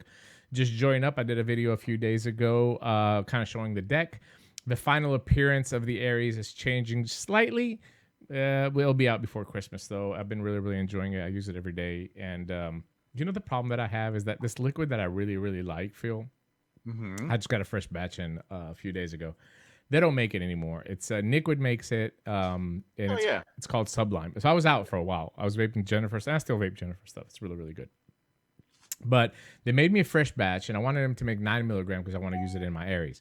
So they made me a 9 milligram, and it came in, and it's just so delicious. But it kills it makes the coil black in 48 hours. Like your heart. Like my heart. I have to re-wick it every 2 days. I have to take it out. I have to get the crustiness that's built because it has a eucalyptus. So it has something inside that's just really, really killing the coils. And but other than that, it's just been a great, amazing vape experience. I hope it's better than Matt's MTL RTA that comes out. Yeah, that's all I hope say. so too. I hope so. I hope it's a hit. How much is your Okay, RTA is going to be, I'm Matt? gonna make sure that it's not that good because I love you guys and I don't want to hurt your feelings. We appreciate that. How much Matt. is your RTA going to be? Like $140, Phil? I mean, Matt? Yes. Okay, good. All right. Well, We got him on price. seeing as how sales are down now, I'm definitely pumping it up. $250 maybe. We got him on price. Anyway, Salt Nick doesn't work under 25. You know, sometimes you boost the price like that, it makes it more desirable. People think That it's is true. That is true. So you don't sell 1 million of them, you sell 100,000 of them, but at the increased prices, that might be a good thing. Might be a good. You know what? That's the plan I think you should go with, Matt, right there. Like Absolutely. $200 Yeah. For sure. Chinese made rebuildable. I like it. All right, let me see if I missed anything in the comments before we get to the stocking God, contest. I agree with Jack. I wish I had a place to go with juice without massive amounts of sweetener. I cannot stand sweetener and e-liquids. I hate it. I hate the way they vape. Yeah. Hate it. Okay. Yeah, but I mean it's what the industry is demanding. I mean, I get it. I think that this should be. I think that what. Hear me out. Right. I think that more companies should have products that are advertised as sucralose free. There's only one company that I know, 𝗃𝗃, whatever, it's Kevin, but I have nothing, bad to say about him. But he does a good job with that because he puts on the label no added sweeteners. So you get the sweeteners that are naturally occurring into the flavors. And this is his marketing. This is all he talks about is talking about sweeteners and that his liquid does not have it in there. I think if 4 or 5 more companies would do that and at least offer 2 or 3 flavors of their popular flavors with no added sweetener and see how the market reacts, then we give the consumer a choice as well too. Because I have tried, me and Phil just now in Italy tried some really delicious liquids, and they're not vapable.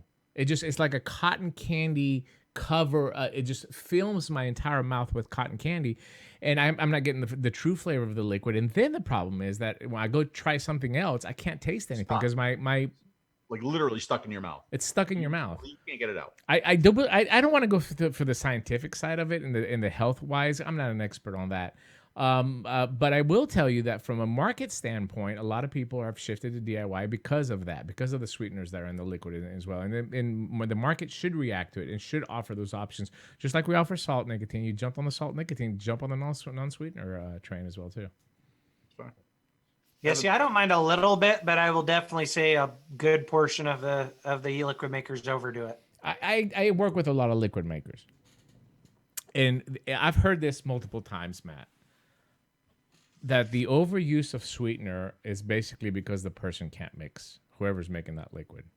They can't get the balance, so they're using that sweetener to offset the high percentage of flavoring that they're putting in. They're making these liquids really, really sweet and delicious, and you're hitting at 80, 90 watts, and this is how they're getting it. I don't know how true that is, but there is something there. You cannot vape a sweetened liquid at 16 watts and get a satisfying vape at it. You have to hit it at 80, 90, 100 watts or whatever to get a really good vape. Or I should say more of a lower resistance, high power type set. It doesn't have to be 80, it could be 40. They started doing a lot, like when they introduced the high VG liquids for like the cloud chasing and stuff because, that didn't hold as much flavor. So they pumped it full of sweetener, but then they're still doing it even with a lot of MTL type of liquids. And you're right. They overdo it with mouth to lung. What we need liquid that is specifically designed for MTL and pod vaping. That's what we need. Hey, you know what? Hopefully someone was working on that. I wish somebody was working. I wish somebody would work on something like that. Yeah. Specifically designed for MTL and pod vaping. That would be a really good that would be a really good idea. I know I'm thinking about 3 people that should work on that. Anyway, I got a big bag here in front of me, Dimitri. I got to get through this because we're late. We're way late. We're way late on this. Way late. And so again, I mentioned it at the beginning of the show. I'm going to mention it right now. You guys know that's why I have the Christmas tree behind me, and I will be getting an official big stocking.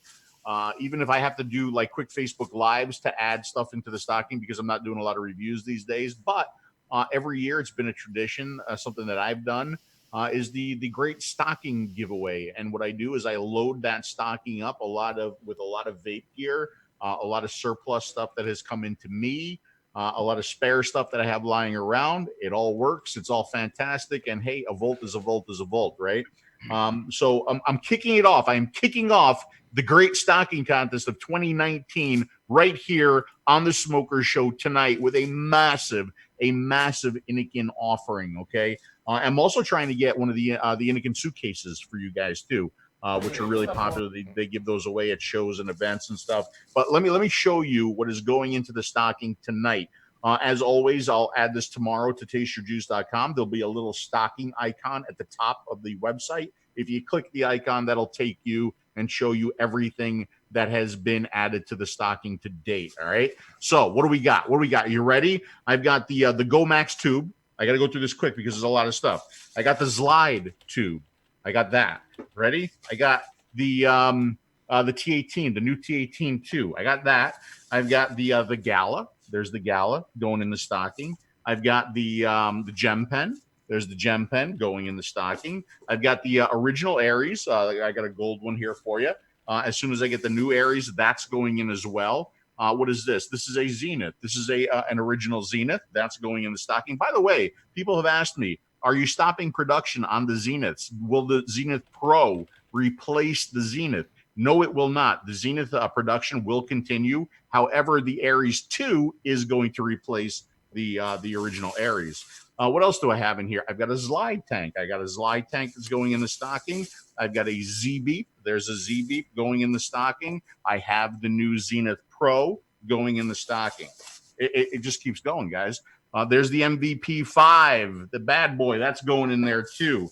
I've got, which tank is this? I don't even know. It's an 𝗀𝗏𝐵. It's an old 𝗀𝗏𝐵 tank. That's going in there. I have the new Proton Mini. That's going in the stocking. Pretty cool.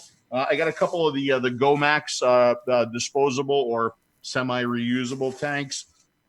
I've got the Dimitri's favorite device in the entire world to fill, the IO. That's going. But wait, there's more. But wait, there's more. I've got an Adept 𝗧liide kit, the adapter. That's going in there. I've got the DV. By the way, we're going to do a massive DV giveaway coming up here really soon. I've got the DV going in there. I've got the Proton, the original Proton. That's going in there. I have the EQS going in there. And finally, I have the Coolfire Mini and Zenith. Did I put a chroma in there? Did I mention the chroma? I don't even remember. Maybe I didn't. Maybe I skipped that, but I'm going to add a chroma in there too. So this like crazy, I'm trying to hold it all up. This crazy package. This is just the initial offering for the great stocking giveaway of 2019.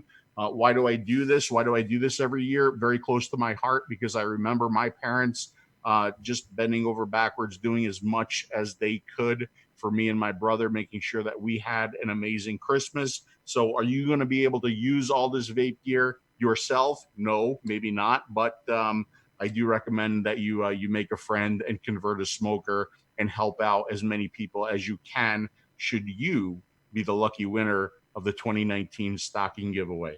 And that kicks it off right there. Wow, can you top that, Matt? What are you going to do? What are you going to do for Christmas, Matt? I got nothing. I have an idea. How about a date with Vanessa? You offer that for Christmas. I'm taking part in that. Why you gotta do that? So forget the Christmas stocking. It was stocking. like some kind of I'm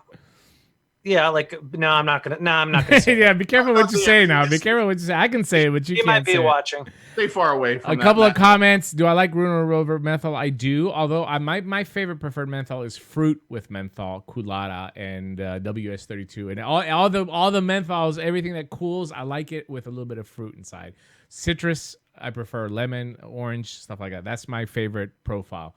I like the menthol from Lunar Rover when I'm drinking. It's good. And I also like it with coffee as well, too. I like that contrast from the warm coffee to the menthol. That's just, I like throat hit. I like it that it hits my throat very well. The other comment I heard about Kevin's liquid, it's good, but it's not my profile. Mine, too. I ordered the initial batch, and I ordered the 2 new ones that he sent out there. I was trying to support, God, what's his name? Stanley. Not Stanley.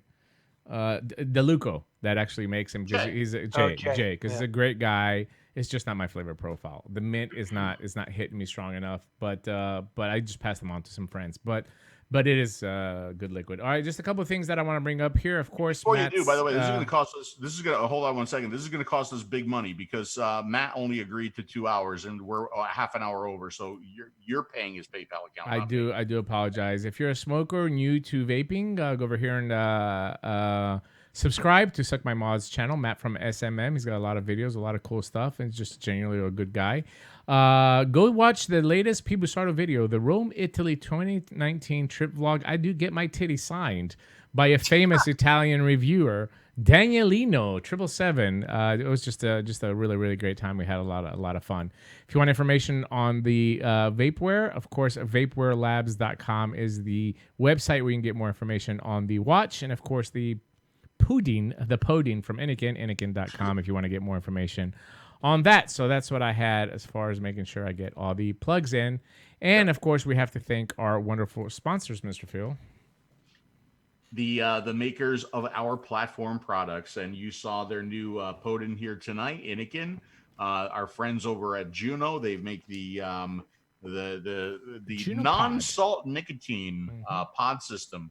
Our friends over at Lunar Rover, remember, use the coupon code 𝗧𝗵𝗲 for 15% off of your Lunar Rover order. Our friends over at 𝗃𝗃, again, I was in the process of working with them on a coupon code, but I'll try to make something happen for the next Smoker Show for you guys. And we really should do something with like Joytech and Innokin because we did have MVS. My Vapor Store was a sponsor of the Smoker Show. They decided not to sponsor the show anymore due to financial issues with what's going on in the world of vaping.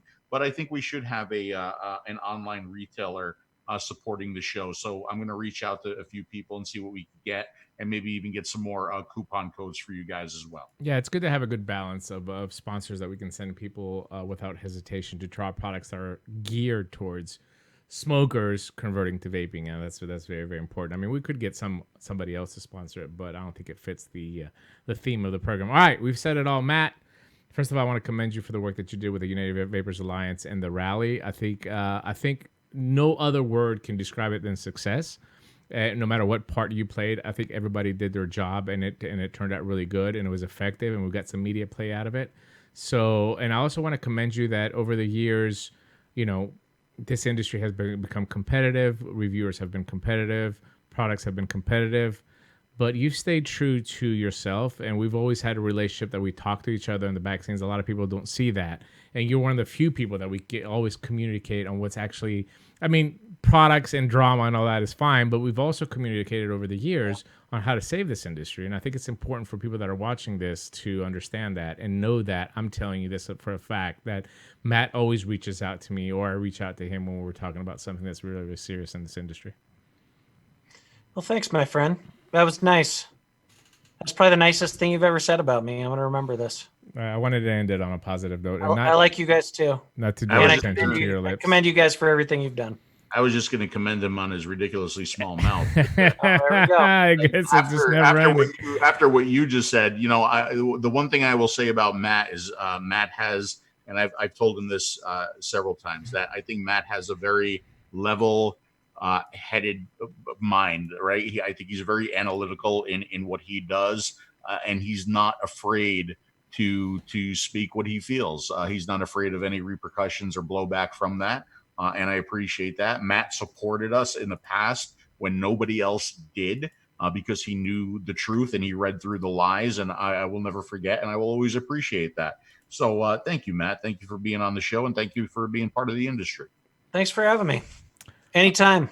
You guys pay so well, I'll come on every week. Yeah. And look forward to the little collaboration that we're working on. It's going to be hopefully announced soon, and we're we've been working on this for a very, very long time. Thankfully, unthankfully, the government hasn't been really cooperating with us. But before we go, just a little taste of the entertainment that you are going to get by watching the travel vlog.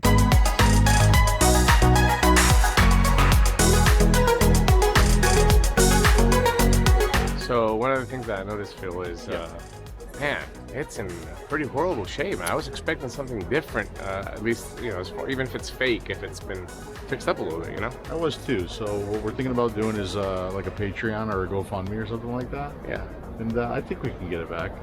I think I think that's what we should do. I mean, other reviewers start Patreons for them. We're just going to start a Patreon for the Coliseum in order of the ancient 𝗬𝗧𝗏 gladiators. Would you be behind that, considering you're Greek? I mean, Yeah, absolutely. I mean, 𝗦𝗛𝗢𝗀 𝗦𝗛𝗢, they say in Italy, you know, Yeah, so I'm just a next door neighbor. That's right. We're literally an hour flight away from We Greece. really are. We really are. So yeah, our the neighbors to your east would help you, absolutely. Yeah. But what I'm really surprised of too is like how the layout is really kind of reminiscent of a modern arena. I mean, Yeah. like even to the numbers on the arches where like your ticket would be, that would be the arch that we would come in. It's really kind of cool. Yeah, way before its Way time. before for its sure. time. And the elevator system that would, you know, bring my ancestors, you know, up and down like that. Yeah. Did they have a heavy duty lift for the 𝗬𝗧𝗏 family? Why do you think we won all those fights? The We're lion big guys. couldn't penetrate. We're big guys. You're so wrong. Did they actually eat the lions when they got done with them too? Yeah, we ate the lions. We did. Yeah, we fought the lions. We beat the lions. We killed That the lions. explains the blood that you have in you. It's boiling. Yeah. I don't think there were any elevators in the Parthenon, were there? No, definitely no elevators in the Parthenon. Not that I know of. Right. So what are you trying to say? I'm just trying to say that we had elevators and you didn't have any elevators. There were no elevators in the Parthenon.